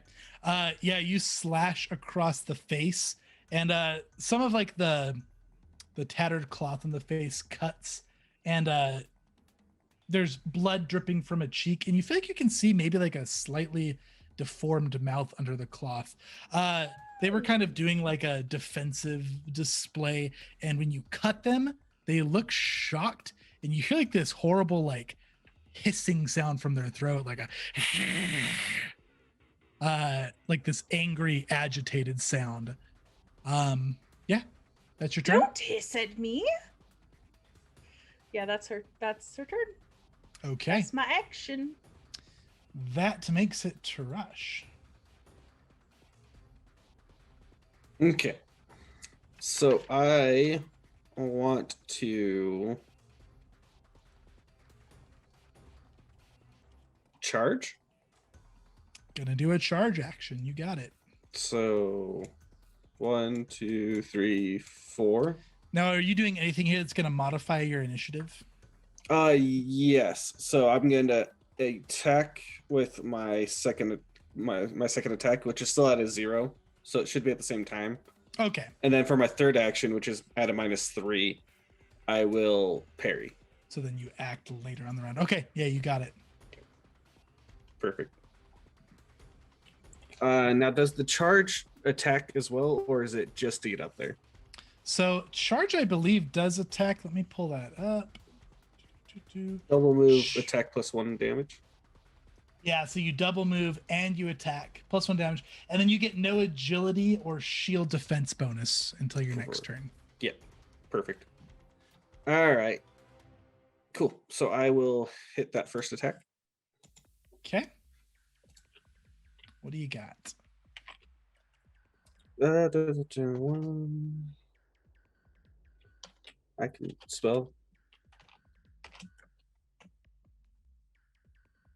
13. 13 is going to hit for sure. Okay. And this is with the short sword. So it's a d6 +1. So 5 damage. Okay, 5 damage. You go up there. You also cut him like right across the chest as you charge up here. He tries to parry it, but the blade kind of still glances and cuts into their side. They're still fighting, though. They're looking pretty hurt. Perfect. And then, yeah, for my second action with my scimitar, I'm coming up from the other side with just a nice sweeping attack. Okay. And that's it for this initiative. Is that right? Then I have a negative or 1 at a -3. That's a parry. Okay, and that one's going to be a parry. So you won't parry until after they go then. Is that right? Yeah. So if they go, then it's an opposed roll. Gotcha. Okay. If they try to attack me. But your parry won't happen until after they've acted. It's at the same time, but yes. I don't think it is because the parry happens on -3 initiative, right? So you're technically not parrying until after they go. Sure. Because if something gives you a -3 to your initiative, that one happens in initiative at the number 5 slot. So they're going to act on 6, then you would parry on 5. Yeah, but parry is the reaction. And Oh, so parry it- is a reaction. Gotcha. Yeah. And Cool. so it can go then, and then I just don't go on its normal turn, right? Yeah, you are correct. Okay. Okay. So it's an 11 to hit. For the second attack, it's 11 to hit. Yep, 11 hits. And then 3 damage. Okay, 3 damage. So 6. You did 5 on the last one. Yes. My goodness, your multiple arms are coming in handy. Okay. Yeah, you cut him with the other hand here. Kind of drops to a knee for a second, but then staggers back up. And that's it for Tarash, yeah? Yep. Okay. With him coming at them so fast with this flurry, this raider here lets out like a muffled yelling sound and starts going aggressively at Tarash here. This time, it looks like their fighting stance and everything like improves greatly. Uh-oh. Let's go ahead and roll against Tarash. This will be against your defensive value. Get out of here with that. Okay. A so D20? that is- Why'd you The- roll a d20? Oh, because I'm not used to D12s. Oh no! I took the Keep D20. I should take the D20. D20. Okay, That so that's going to hits. be a 12, which I imagine will hit you. Yes, definitely. Okay. So that is going to be Oh crap! 5 damage. Okay. Now, if you have damage resistance or anything from armor. Oh, and you're going to parry, right? I was going to parry, but I was supposed to call it before you rolled, so I'll do the next attack. You're good. Oh, this is the only attack here. So. Oh, well then, yes, I will try and parry. Okay. So it's parry, which is 1. I can't spell. 1. There we go. D12. There. Ah. Yeah, no, I don't parry. So you have to meet their attack to stop it. Is that correct? I think even if I meet it, they win. I have Okay, to, so you have to actually beat it. yeah. Yeah, so you try to parry it, but yeah, so this kind of wavy looking dagger comes piercing at you and gets you in the shoulder for 5 damage. Perfect. I have exactly 5 damage reduction. So Oh, nice. So it doesn't even get through your armor. Kind of pokes in there. You can feel blade barely touch skin, but not quite get you. And then their other dagger that they have, they're going to start kind of twirling in a defensive position. These two here continue to fight guards. And then shortly after, look confused as if the guards are just gone and your effect will end. Okay. That's it for them. Callian, you're up. We're gonna try what we did before once again, except on all 3 of them now. So that'll make it a 12. Okay. And they do get resistance on this, however, I ignore 5 of it. Okay, you ignore 5 of the resistance. Got it. Alright.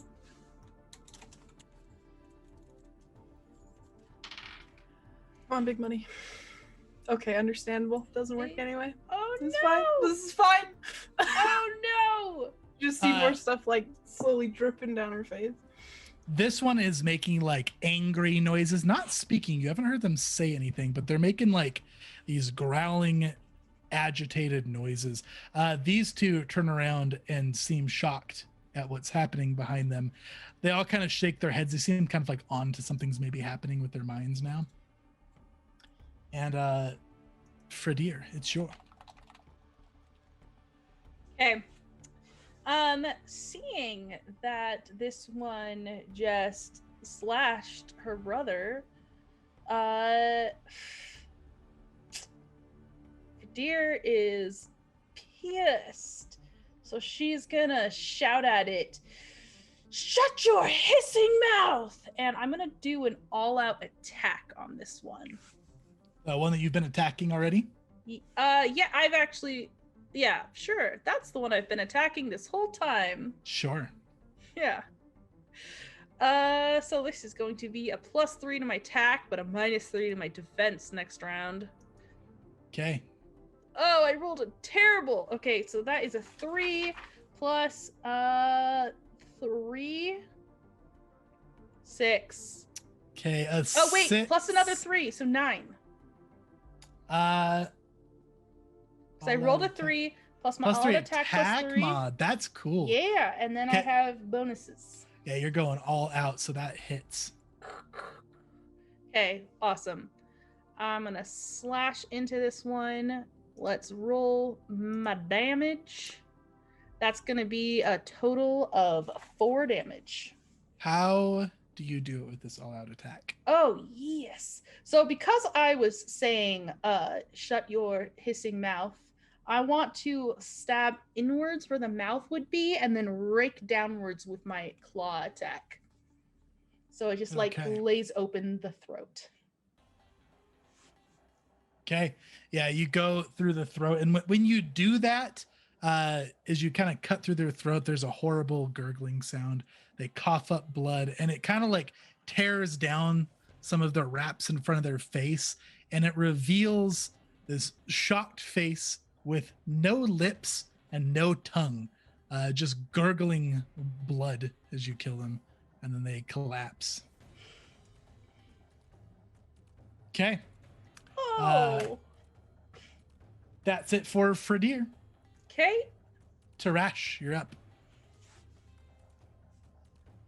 Okay. He's gonna look at that and be like, I don't think that's normal. And then he's going to, I can move half your speed without taking an action. Okay, so he's gonna plop over here. And then he's gonna attack with his 2 scimitars. And for his third action at a -3, he's going to parry with his short sword. Okay. Okay. Man, those 3 arms are nice, aren't they? Yes. Hopefully.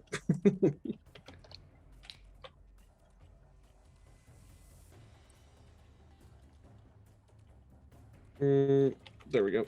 Slow typing. That's okay. There we go. That's a nat 1. A nat 1. We get to use the table. Oh Yay. dear. Okay, let me pull up the table here. Okay, so you're gonna roll me another d12, unmodified by anything, for the mishap table. An 11. An 11. I don't like that chuckle. Okay. In a complete blunder, the combatant is left unprotected and vulnerable to attack. An opponent gets a free attack of opportunity. So that's what's happening there. That's So fair. this one here, you're just too many arms swinging. It throws you off balance. This one's going to attack you. That's going to be returned by a crit. And that's 12. So bad. All right. So we're gonna roll the other table. We're just testing tables right now. It's fine. Okay, so do you want me to roll this, or do you want to roll your own fate? No, go for it. It was him. He Okay. earned it. So basically, we're gonna roll for the severity first. So I'm going to roll a d12 to see the severity. You want this to be low. That's not low. That's an 11. Now we are going to roll a d6 to see the effect, which is a 5. So the damage on this is going to be ×3. With a sickening crunch, the rib cage is crushed, and with eyes bulging in pain, the target collapses to the ground with sick gurgling noises. Traumatized with pain and unable to act for d6 rounds, the victim suffers -3 to physical actions until recovered. Observing combatants must roll willpower 7 or retreat from the attacker in fight or disgust. Okay. That's a great start. All right. Hit me with the That's r- damage. that's rough. Wait. It's Is Wade super gonna rough. die right now? It's all right. I think I'm about to lose a brother. I don't know if I can kill you like this in good conscience. You have to. The dice have decided. It's true. I got a decent amount of health. I don't know if you're gonna kill Okay. me. Pretty sure the backstory said we have like 9 siblings. That just another sibling's gonna show up in the next session. You just push in the next one. You're like, we lost this one too quick. We just gotta keep going. That's 18 damage. Oh, easy. I'm literally just a hurt. Oh, you have that many hit points? I have 36 hit points. Oh, Was that like okay. half your health? Because That was we're, like- literally half my health. Yes. Okay, because I think you get a crippling wound, Yes. You I'm do. at a hurt. crippling injury. Yep, that you do. Hey, if Okay. I would have gotten hit with 18, I'd have 3 hit points left. So That's good. You guys have more hit points than I expected. I'm still like not used to this. Okay, but there's more. I need you guys to make willpower checks. I need the D6 for how many rounds I can't act as well. I think he rolled. I think it was 6. No, that was the damage. Oh, okay. Okay, 3 rounds. 3 rounds to put my ribcage back together. Got it. Oh, I rolled so well for my willpower. Wait a minute. What is willpower? Oh, it's +0. Okay, I thought maybe for a second I had terrible will. at a 10. I got a 10 as well. Okay, so you guys both got 10s. I actually think that this guy is a combatant, so I think he needs to roll as well. He's like, that was too Why do I fast." keep rolling d20s? I'll break the Stop habit, I it. swear, guys. You won't. So much Okay, better this time. he gets a 7 on the money. Okay, so you guys don't have to flee. What was the last effect here? Man, Wade, my dice are not nice to you like ever. It's fine. I love it. So that's accurate.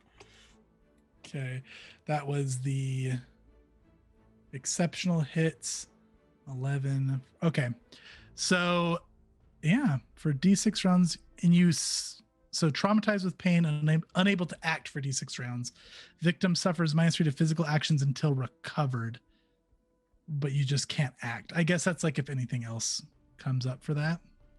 And you guys already rolled, so your brother's rib cage is crushed, eyes bulging with pain. Tarash just collapses and looks like he can't act. Oh. Would you consider this a severe fracture? Yeah, so what rules does you guys look at? Maybe I'm missing this. What happens on the half hit points? Or is this something with one of your abilities? I'm asking for life. For life. Stuff, It definitely looks abilities. like a severe fracture. Okay. Okay. Yeah, there we go. That's the Raiders' turn. Was that just no? That was an op attack. That was Tarash's That turn. was Tarash's happened on turn. Tarash's turn. He's Oh, about to beat Tarash into the Nightmare. ground. It was very bad. Not my best round, no. Okay, so you cinematically you like missed that attack, and this one just like blunt end of the dagger just like crunched it into your ribs so hard, like just right in the right spot, and it crunches. You drop, and it is now the Raiders' turn. Looks down at Tarash. He clearly seems beat. So this one is going to move half over to here. I don't know if there's flanking yet, but we're going to say no. I for just right now. checked with Wombat Fuzz, and there is not flanking. Not flanking. Okay, cool. Good for you, because Yep. here they are. Hi. And they're both coming at you, Firda. That's not Nope. my name. Fradir. Okay. You made a name very close to the Enclave name, so I'll get it. Don't worry. Just I'm give really me a sorry. minute. I wasn't aware. It's great. I love it. Just call me Fred. Fradir of Firda. It's great. Fradir of Firda. Okay, Okay. that's going to be a 5. A 5 is gonna miss me. My Okay. defense value is 8. Okay, and then the other, so one dagger comes swiping at you. You deflect it. The other one starts twirling defensively. This other one's going to attack you as well. Ow! Can you not crit on me? Oh no, that is a crit. Chase, I didn't like that face you just made. I'm just like, I don't want to beat you guys up this bad the first fight, but It's fine. it's You demanded, I guess. Welcome to Black Void. Okay, let's roll in the exceptional hit table again. Do you want to roll your fair? Or you want me to roll it? I don't Fradir? want to roll it. I don't want to Okay. touch it. Here's the severity. You should have. You should have rolled it That's a because 12. my dice only roll 12s, apparently. I'm gonna be the only sibling alive at this rate. What is happening, guys? Okay, It's all right. severity 12, and then we're rolling on a d6 table of 5. Oh God. An assault of pure carnage sends blood and guts spraying, drenching everyone in the vicinity. The target flops to the ground, a bloody mass of mangled limbs, collapsed and in shock. The victim is suffering from a major bleeding and is unable to move for D12 rounds. Should the victim manage to survive, roll twice on the crippling injury table. Adjacent combatants drenched by the carnage have to make a stamina roll or be sick for D3 rounds.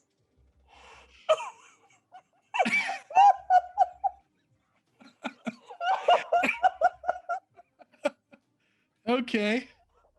Well, let's see the damage first. The damage is only 6.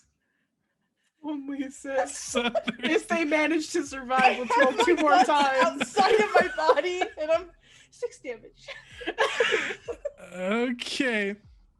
So we'll roll on that crippling injury table in a moment. But in the meantime, you take that damage. Callian, you're too far to get drenched in blood. I refuse to believe the blood's gonna fly that far. I mean, it's not gonna fly 9 meters because I don't know, man. So Chase, I only Yeah. took 4 damage because I have damage reduction 2, Okay, that's good. So it's just like and I'm just like bleeding out. they got you like right in the worst spot, like just below your ribs. It just like barely missed your heart. And you just feel faint. You're bleeding profusely. You drop to the ground Okay, for 4 rounds. 4 rounds. I wanted to roll this one, Chase. You want go for it. I wanted to roll this one on the table and say that it was 1 round. Go for it. You No. can roll it. You've got to keep the Okay. result though. Okay. Damn it! 6 rounds. Damn it! Okay. This is fine. Hey, Callion, you might just want to leave. Yeah, I got bandages. Don't worry. I'm just gonna Okay. come stuff them in your guts Thank at my 3 combat movement speed. While fighting off 2 attackers. Yeah, don't even worry about it. Okay. That is their turn. Callian. Well, you see, I would like to try to heal my siblings for a total of, I think, 2d6. I was looking for bandages in the meantime, and I can't find them. Let's see. Yeah, I'll see if I can find that. Because I know So let's do this. Now you're gonna go try to heal them. Is that right? Yeah. So you're not gonna be like fighting these guys at the moment. No. Okay, let's exit initiative because this is what's gonna happen. They drop Fradir, and then they both just go sprinting this way. Okay. Are you gonna pursue or are you gonna go help your siblings? I'm gonna go help my siblings. Okay, so the attackers fleeing, Callian rushing up to help her siblings. Let's go to break here, and we'll be back in 10 to 15 minutes. We'll take a quick look at some healing rules, and we'll see you guys in a bit. Okay, welcome back, everybody, to our first session of Black Void, where I almost killed the party. So when we left off last, we have our 3 siblings who have grown up together, who were at a festival, having a feast, trying to meet their foster father, who did not show up. At this feast, large explosions happened around the district. Big plumes of smoke happened, and our party went rushing after to go try to save the drinking den. On their way to the drinking den, they saw 3 shady figures who were heading back towards the enclave where they had left. They were wielding weapons. They were skulking and sneaking. So Callian used her mysticism to create illusion and slow them down, and our party engaged them. They got into a fight. They killed 1. And then the last 2 have now severely injured Tarash and Fradir. The attackers have now fled and are heading towards the enclave. And we're now going to roll on the critical injury table for Fradir. And then we're going to actually stay in initiative for you, Callian, because you're actually going to have to stop her from dying and bleeding if she doesn't die from this yet. Okay, so I'm rolling twice. Do you want me to continue rolling these? Yeah. Okay, here comes the D12 for the severity on the first one. It's a 5. Okay. And then we're going to roll a 6. So everybody knows a 12 and then a 6 would kill her. Just flat out. Okay, so your foot has been crushed, leaving a bloody mess of flesh and bone. Once healed, the character's movement is permanently reduced by 1. So there's that. So you didn't take much damage. So we're gonna roll these and we're gonna talk about how this happened. Okay. Here's the second one. They stabbed me in the heart and then they were like, your foot's broken. Look at that. This one was nice. So you need to make sure you note these on your feet. Not your feet, your sheet. Are you rubbing in the fact that I have a mashed and mangled foot? Hey, you gotta So go ahead and sorry. write that down on He's adding insult to injury at this Yes. point. He's saying I he's need gonna you to sign mark your on your cast. actual You foot. have? Oh. He's gonna sign your cast. It's fine.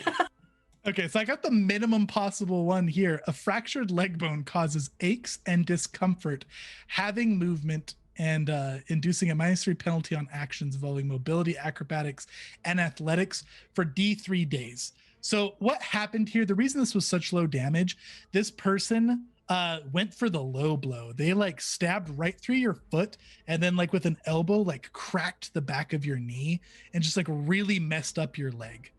Didn't look like they were going for the kill. Looked like they were just clearly trying to get you out of the way. And then they went running towards the enclave. But you are bleeding. They got you in a pretty bad spot on the foot. So Callian, it's your turn. Well, you see, this is my dream. All my siblings are dead, and She waves and moves on with her life. we're gonna go ahead and try to heal mend some wounds here. Do you want me to start all the way back here? Yeah, where I Uh-huh. was. Oh I sure do. God. Okay. You can move half your movement for free. Okay. Well, when half my movement is 1, Oh, you're so slow. I'll be there in a while. Okay. So I'm gonna do this at the end of the round. So it'll be 4, 9 meters away, 6. Duration, we're just gonna do instant, and then 1 person, so that's 7. And the affirmation bar just went in your favor here, so you're gonna have a +1 to this. Okay, and then we're gonna try to mend the wounds for a d12, so that's gonna add 3. So we're at 10. I have a total of +7 to this. Is that including the chat affirmation? Yes. Lovely. Get it. Oh, Hey, you we got done it. crazy. Okay. So you succeed. So what we're gonna do? So what is it that you're trying to accomplish here? At this point, like just seeing the kind of like severe wounds on Fredir, she's at this point just trying to get like everything back in the places it was first and foremost before like preventing much of anything else. So are you doing the heal wounds thing or here, whatever? So you're gonna like the mend okay. wounds, yep. So let's do this. I'm going to let you double the healing. Okay. And then I'm also going to let you choose one of those injuries to take away. You so quickly patched it up that we'll have one of them permanently not happen. Which one looks the worst? Well, one looks permanent and one looks maybe a little worse, but like it might heal naturally. Okay, we're gonna go with the permanent one. Okay. Hey, You said double the healing? Double the healing. Okay. that was so merciful. So kind. Well, it was a crit. And we're being graded. Woohoo! Hi, All right. thank you, Penny for a tail. You heal for 13. For dear. Thank you so much. I am topped the hell off. So what does this look like, Callian? You just kind of see her like manipulating the like kind of the blood in her body, so it just kind of like comes together and starts to like congeal, kind of fix things together. You see like any bruises that would have incurred from like broken bones, anything, they kind of just like dull, and you can still kind of see them there, but they're not nearly as severe, and you kind of see just things slowly straighten out. And with that powerful mysticism, what's like the chalk on your face doing? It's like completely like you just see, I guess more or less in the chalk. The chalk more or less happens when things fail. So you kind of see this drawback up, and then you kind of see her eyes go like completely black from that purple shade that she had. So cool. Very nice. Okay. Yeah, and Tarash, you're recovering from your cracked ribs on the ground, seeing your sister getting patched up right in front of you. And we'll exit initiative, and you're good. Her bleeding will still need to be patched because you know with this mysticism, those wounds are eventually going to tear back open. But for the time being, she's okay. Galleon! She'll head over with bandages and her bone needle and her sinew ring, and just start trying to go to work on this. It hurt. It stabbed my foot. All right. Tarashia's ribs are kind of smushed, but my foot definitely seems more important. Yeah, we'll get there. Get the foot. Get the foot. It's fine.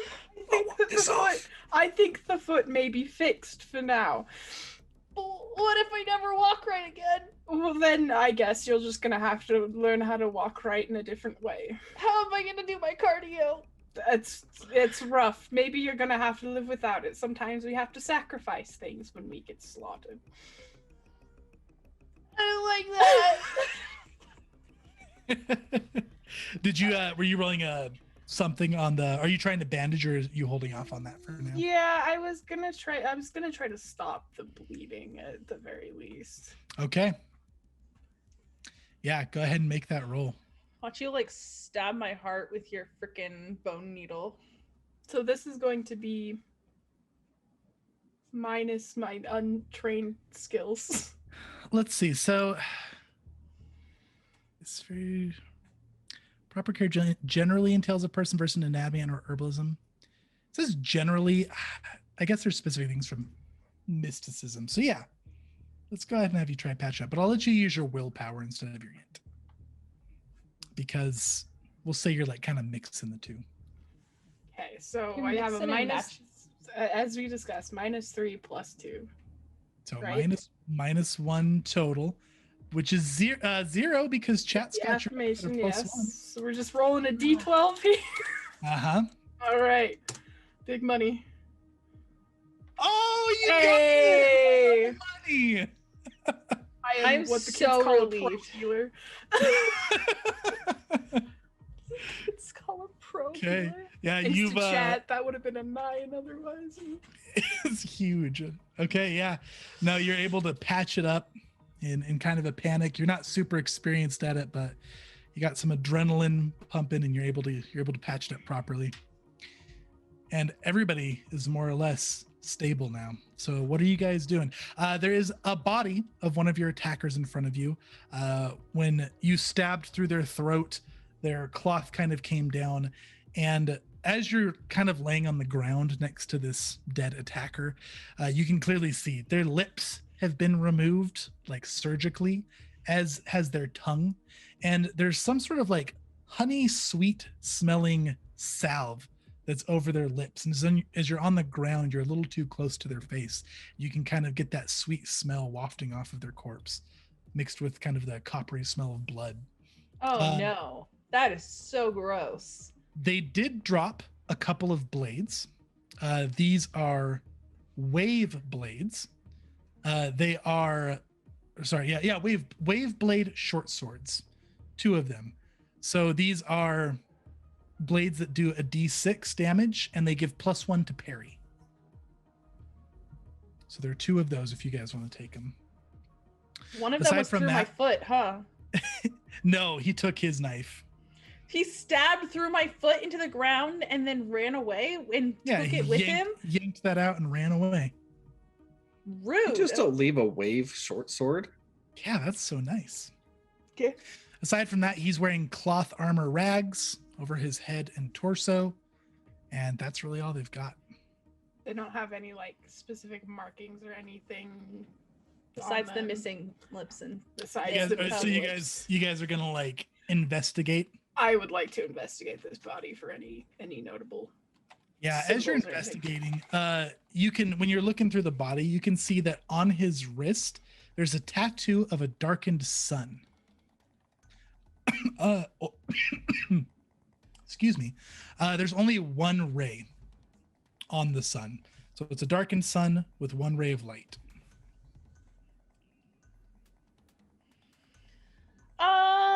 I'll push the swords over to Teresh.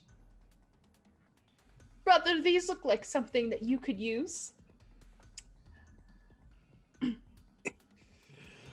Yeah, I mean, possibly, but I have 3 already. Do you not like swords? Are you still a claws lady? I like the satisfying feeling of hitting them with something that, you know, it meets my palm sometimes. Not just not my palm, but my knuckles. That just feels so satisfying. I can use them, but I didn't know if these were better than the ones you have. I'll take 1. I do not need both. I will keep the other. Then Unless, Callian, do you want one? Can you lift one? Can you grip one? Callian hasn't been able to hold on to a pen, so Oh, okay. I can hold on to a pen very briefly to do very quick contracts. A sword, however, is much heavier and requires much more expertise to wield, none which I have been trained in. So thank you very much. I can write, which is more than Tarash can say. Why would I need to write? What has that ever done for you? Communication. I'm communicating right now. Okay. That's okay. Anyway. You take your pen. I'll take the sword. I will take the other sword. The one, not the one that was in my foot. I will get that sword one day, though. I'm just saying. Okay. I believe it. So you guys make sure you go ahead and add those to your inventory. So remember that Okay, you got wave those. sword. Are you leaving him his cloth armor? No. Taking We're the leaving a cloth armor, naked so- body in the Robbing street. this man blind. Yeah. Okay. It's just some rags, but I mean you could wear it. They're a bit bloody now. Are And they just of leave poor him just- condition? No, they're pretty nice. They're not like anything So there's no extravagant. minuses to but- it? Nope. Tarash, what sort of armor are you wearing? I have very nice hardened leather. I will go and I'll hold them up and I'll look at them and I pointedly look at Callian.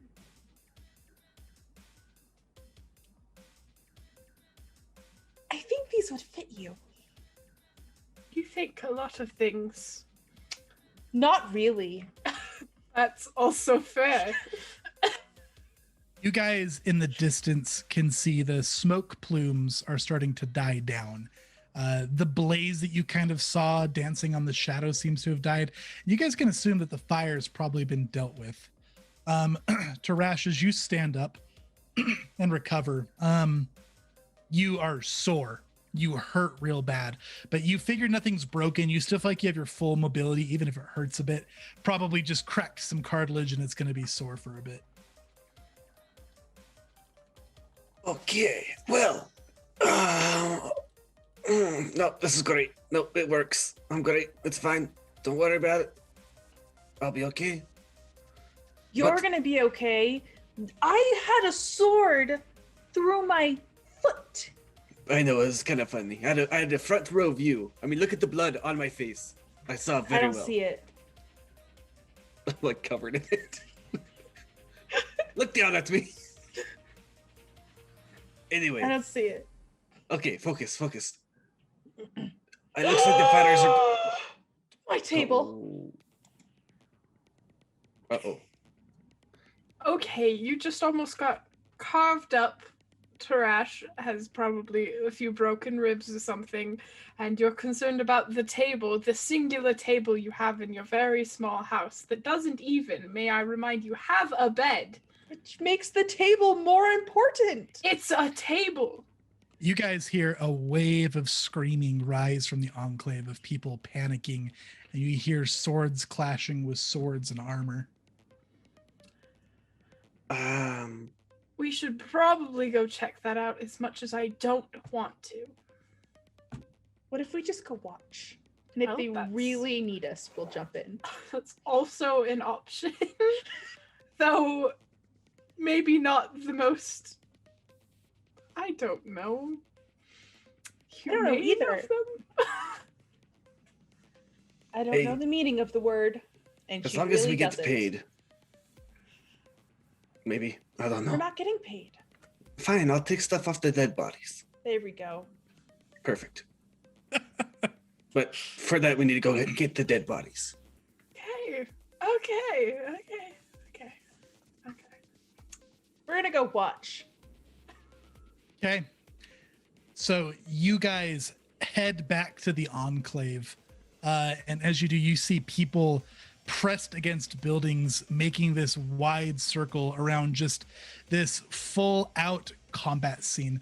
Now, you guys are kind of approaching from the north because you're heading towards the drinking dive. And you guys can see that there are guards battling with more of these people wearing the rags across their face, looking very similar to your attackers. You see the two who probably were fighting you as well in that mix, but they're all starting to press their way towards the south. And you guys can see Bizad, the counselor you're talking to before, cowering away from this combat as it looks like some of these attackers have breached past the guards towards the counselors. And you can see this huge scaled looking creature, which you guys would recognize. These are kind of an ancestry around these parts called a Talath.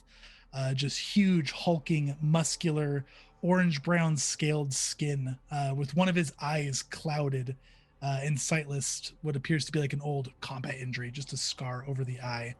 And I think I have a picture here for you guys. Thank goodness. What do you? So I'll explain it first. And I'll get the picture because I think it's hiding again. But as you guys kind of turn the corner here, you can see he has the counselor Tamina over his shoulder, and he's chuckling. You're coming with me, Tamina. Pull back, everyone, to the boat. And you can see that the attackers kind of change their position to wall off these guards as he's exiting with Tamina towards the south. It's so romantic. Wait, is he kidnapping her? I don't think romance is involved in this at all. I think it's just straight kidnapping for deer. I know it's usual for you to throw the ones that you like over your shoulder, but that's not a good thing. No, Especially if they're large and, taking them by force. especially if that voice. Yeah, that's not a good thing. No. Okay. Well, are we still watching or are we going to do something about that? There's some artwork of this guy. Oh, he's cute. He's just huge, heavily armored, wielding a very nice looking pole arm, carrying Tamina effortlessly over his shoulder. She's kind of struggling, but she's quite old and frail and not putting up much of a fight. The guards are pursuing. There's maybe like 11 guards and 17 of these attackers just pushing back. It looks like a barricade for you guys to get through. Maybe it's not the brightest idea to try to, press forward through these, considering two of them just skewered you. I'm gonna turn and I'm looking around. Do I see like a way where we could like hop up and do like a little like run along the rooftops a la Aladdin to like get around the crowd and like jump down by the boats? So you're saying you want to try to head them off like through a different route? Yeah. Yeah, let me take a look at my skill list here. Do you guys have any proposal of a skill to use for this? I would maybe accept in athletics if you want to go like athletics or acrobatics if you want to try to go via rooftops. If you guys want to take navigation, I would allow you to try to, because like the streets of this place and the alleyways are kind of a maze. Sure. Like it's pretty complex. So I would allow a navigation to try to head them off as well. I have roamer as one of my like starting things, which gives me a bonus to navigation. So I would roll that. Yeah, for sure. Go for it. Doop-a-doop.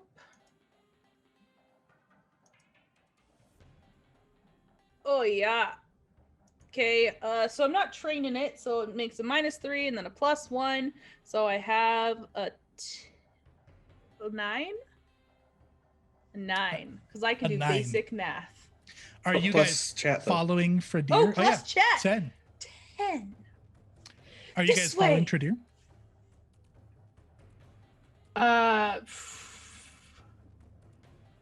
She will try, but she gets lost very easily. I'll hold your hand if you'll let me. Oh, hold your hand.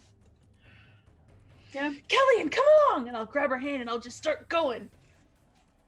Tarash would follow. But, just like a little slower than normal because my foot hurts really bad.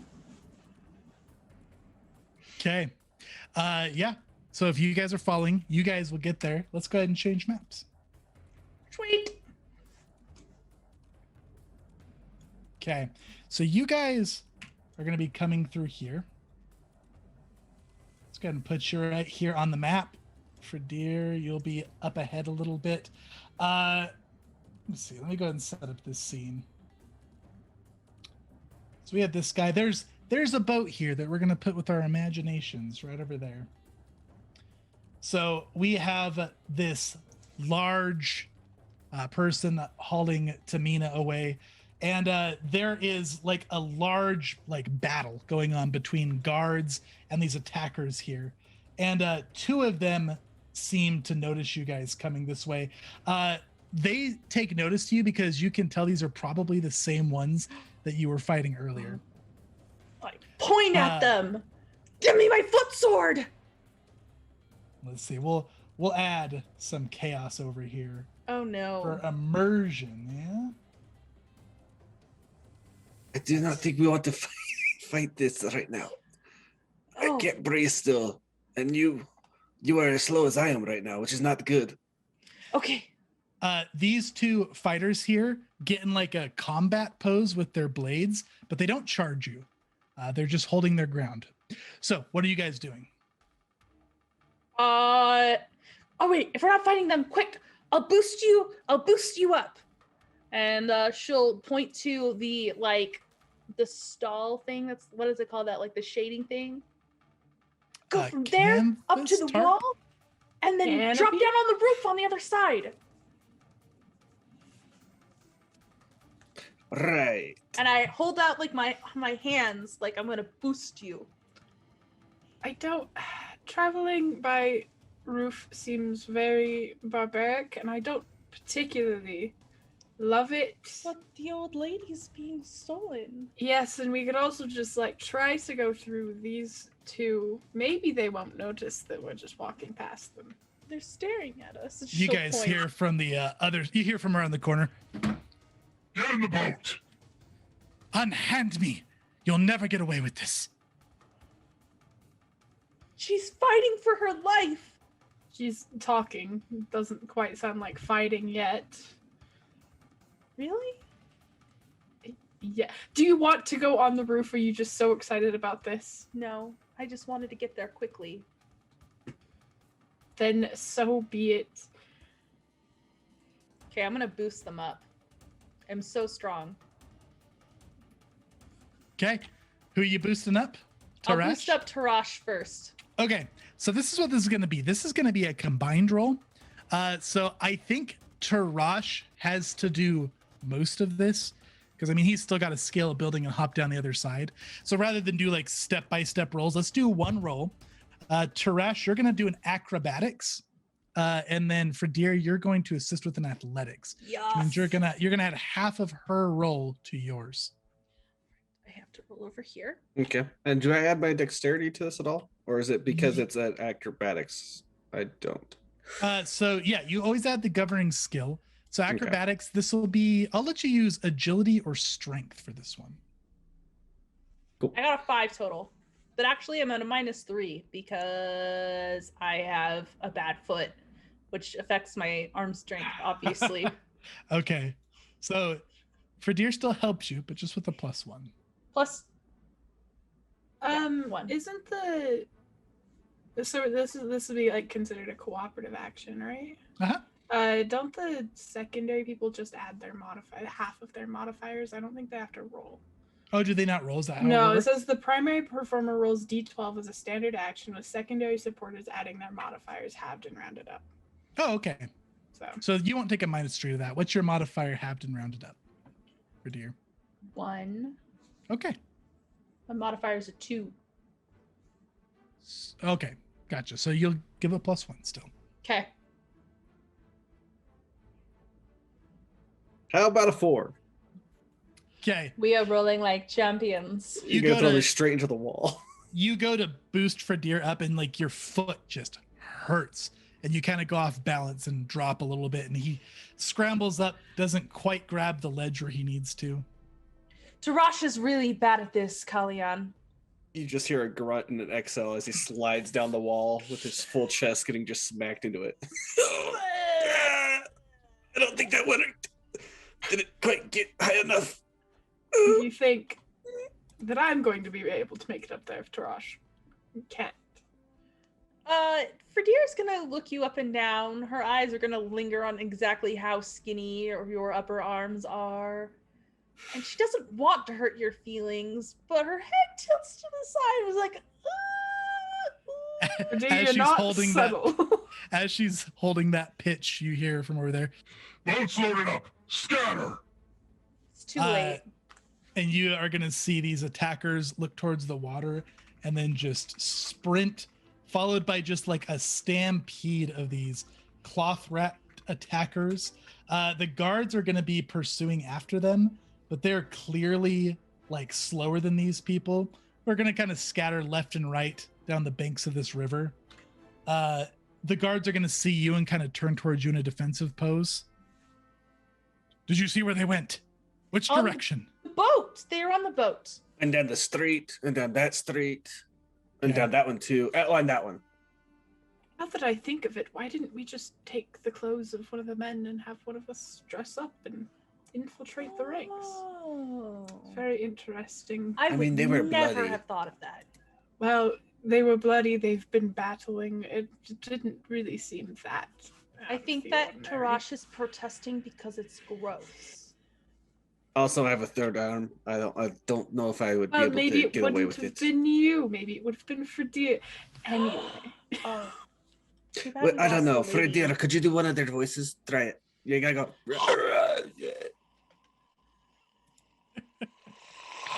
I don't that even was know if pretty Zoom picked good. up that sound. I don't like that. It got Oh, that the was very good. end of it. Okay, it was very long and elongated. Okay, no, As- I think you could have done it. As you guys are discussing, you guys see guards running past, and then you're eventually going to see that counselor, Kun Azar, the authoritative gentleman that you saw jumping into action before, is going to come walking kind of up here to the center of the road, look towards the guards, and then he's going to turn towards all of you. Progenies of Talal, come with me. We've been asked for a council with Farada. You know, Farada is the head of this enclave. She's a pretty big deal.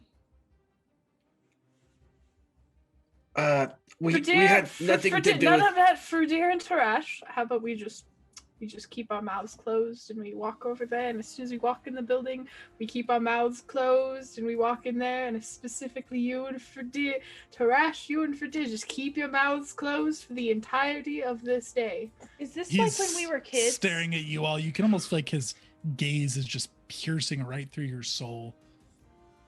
I won the silent game many times when we were children. This I is not just a did it request. Come with me. Let's go. Gonna walk with him? Oh yes, lips locked tight, sealed, determined to win the silent game once again for the first time as an adult. Fredir marches proudly next to her sister Kalyan and her brother Tarash, ready for whatever this next adventure will take her. I would like everybody roll me an observation. Oh dear. Oh wait, I'm supposed to roll over here. I'm trying to remember. Nothing. Good job. I see nothing.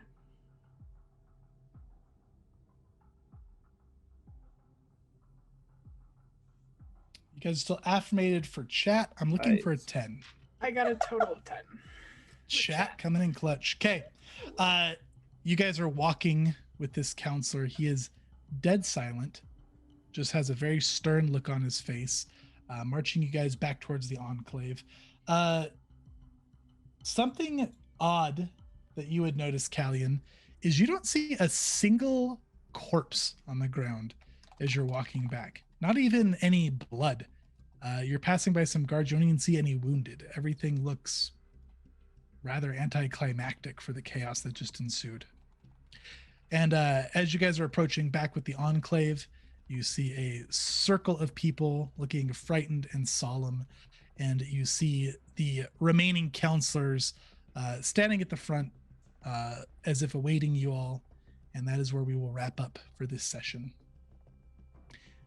So, good job, guys. There's some funny business going on here, isn't there? There is some funny business going on here. You guys did not die. Got really close, so that was good. I'm glad we didn't have a character death session 1. What'd you guys think? What do you think of Black Void? I like it. I think it's very fun. I think I so need to too. do another read through of the rules. Oh yeah. For sure. Yeah, again, for anybody in chat who missed our intro, this is our first time playing through. So we did our best. I'm sure that there's some rules we're getting wrong, but we did the best we could. We'll definitely look over them. If you guys are Black Void experts and saw anything that we were doing incorrectly, join our Discord. Let us know. We will take a look into it. But rule number one is always GM kind of figures it out on the fly. We had fun. We accomplished things. It was great. One last thing before we wrap up. You guys earn experience points. Woohoo! Something that I kind of like about this is the advancement doesn't really go up in levels. You guys just get experience points after each session, and you can spend them however you want. So there's 6 ways to use them. You can advance your traits, obtain new talents, advance or gain new abilities, regain sanity points, galvanizing blood, inking, or grafting. I don't know what that means yet. I haven't read that section. Or to obtain a momentary advantage during a session. So that is how you guys can use those points, and you've each gained 3 for this session.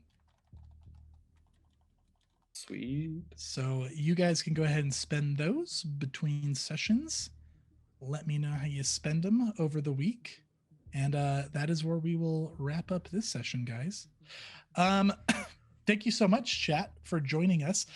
This is going to be approximately a 3-month campaign.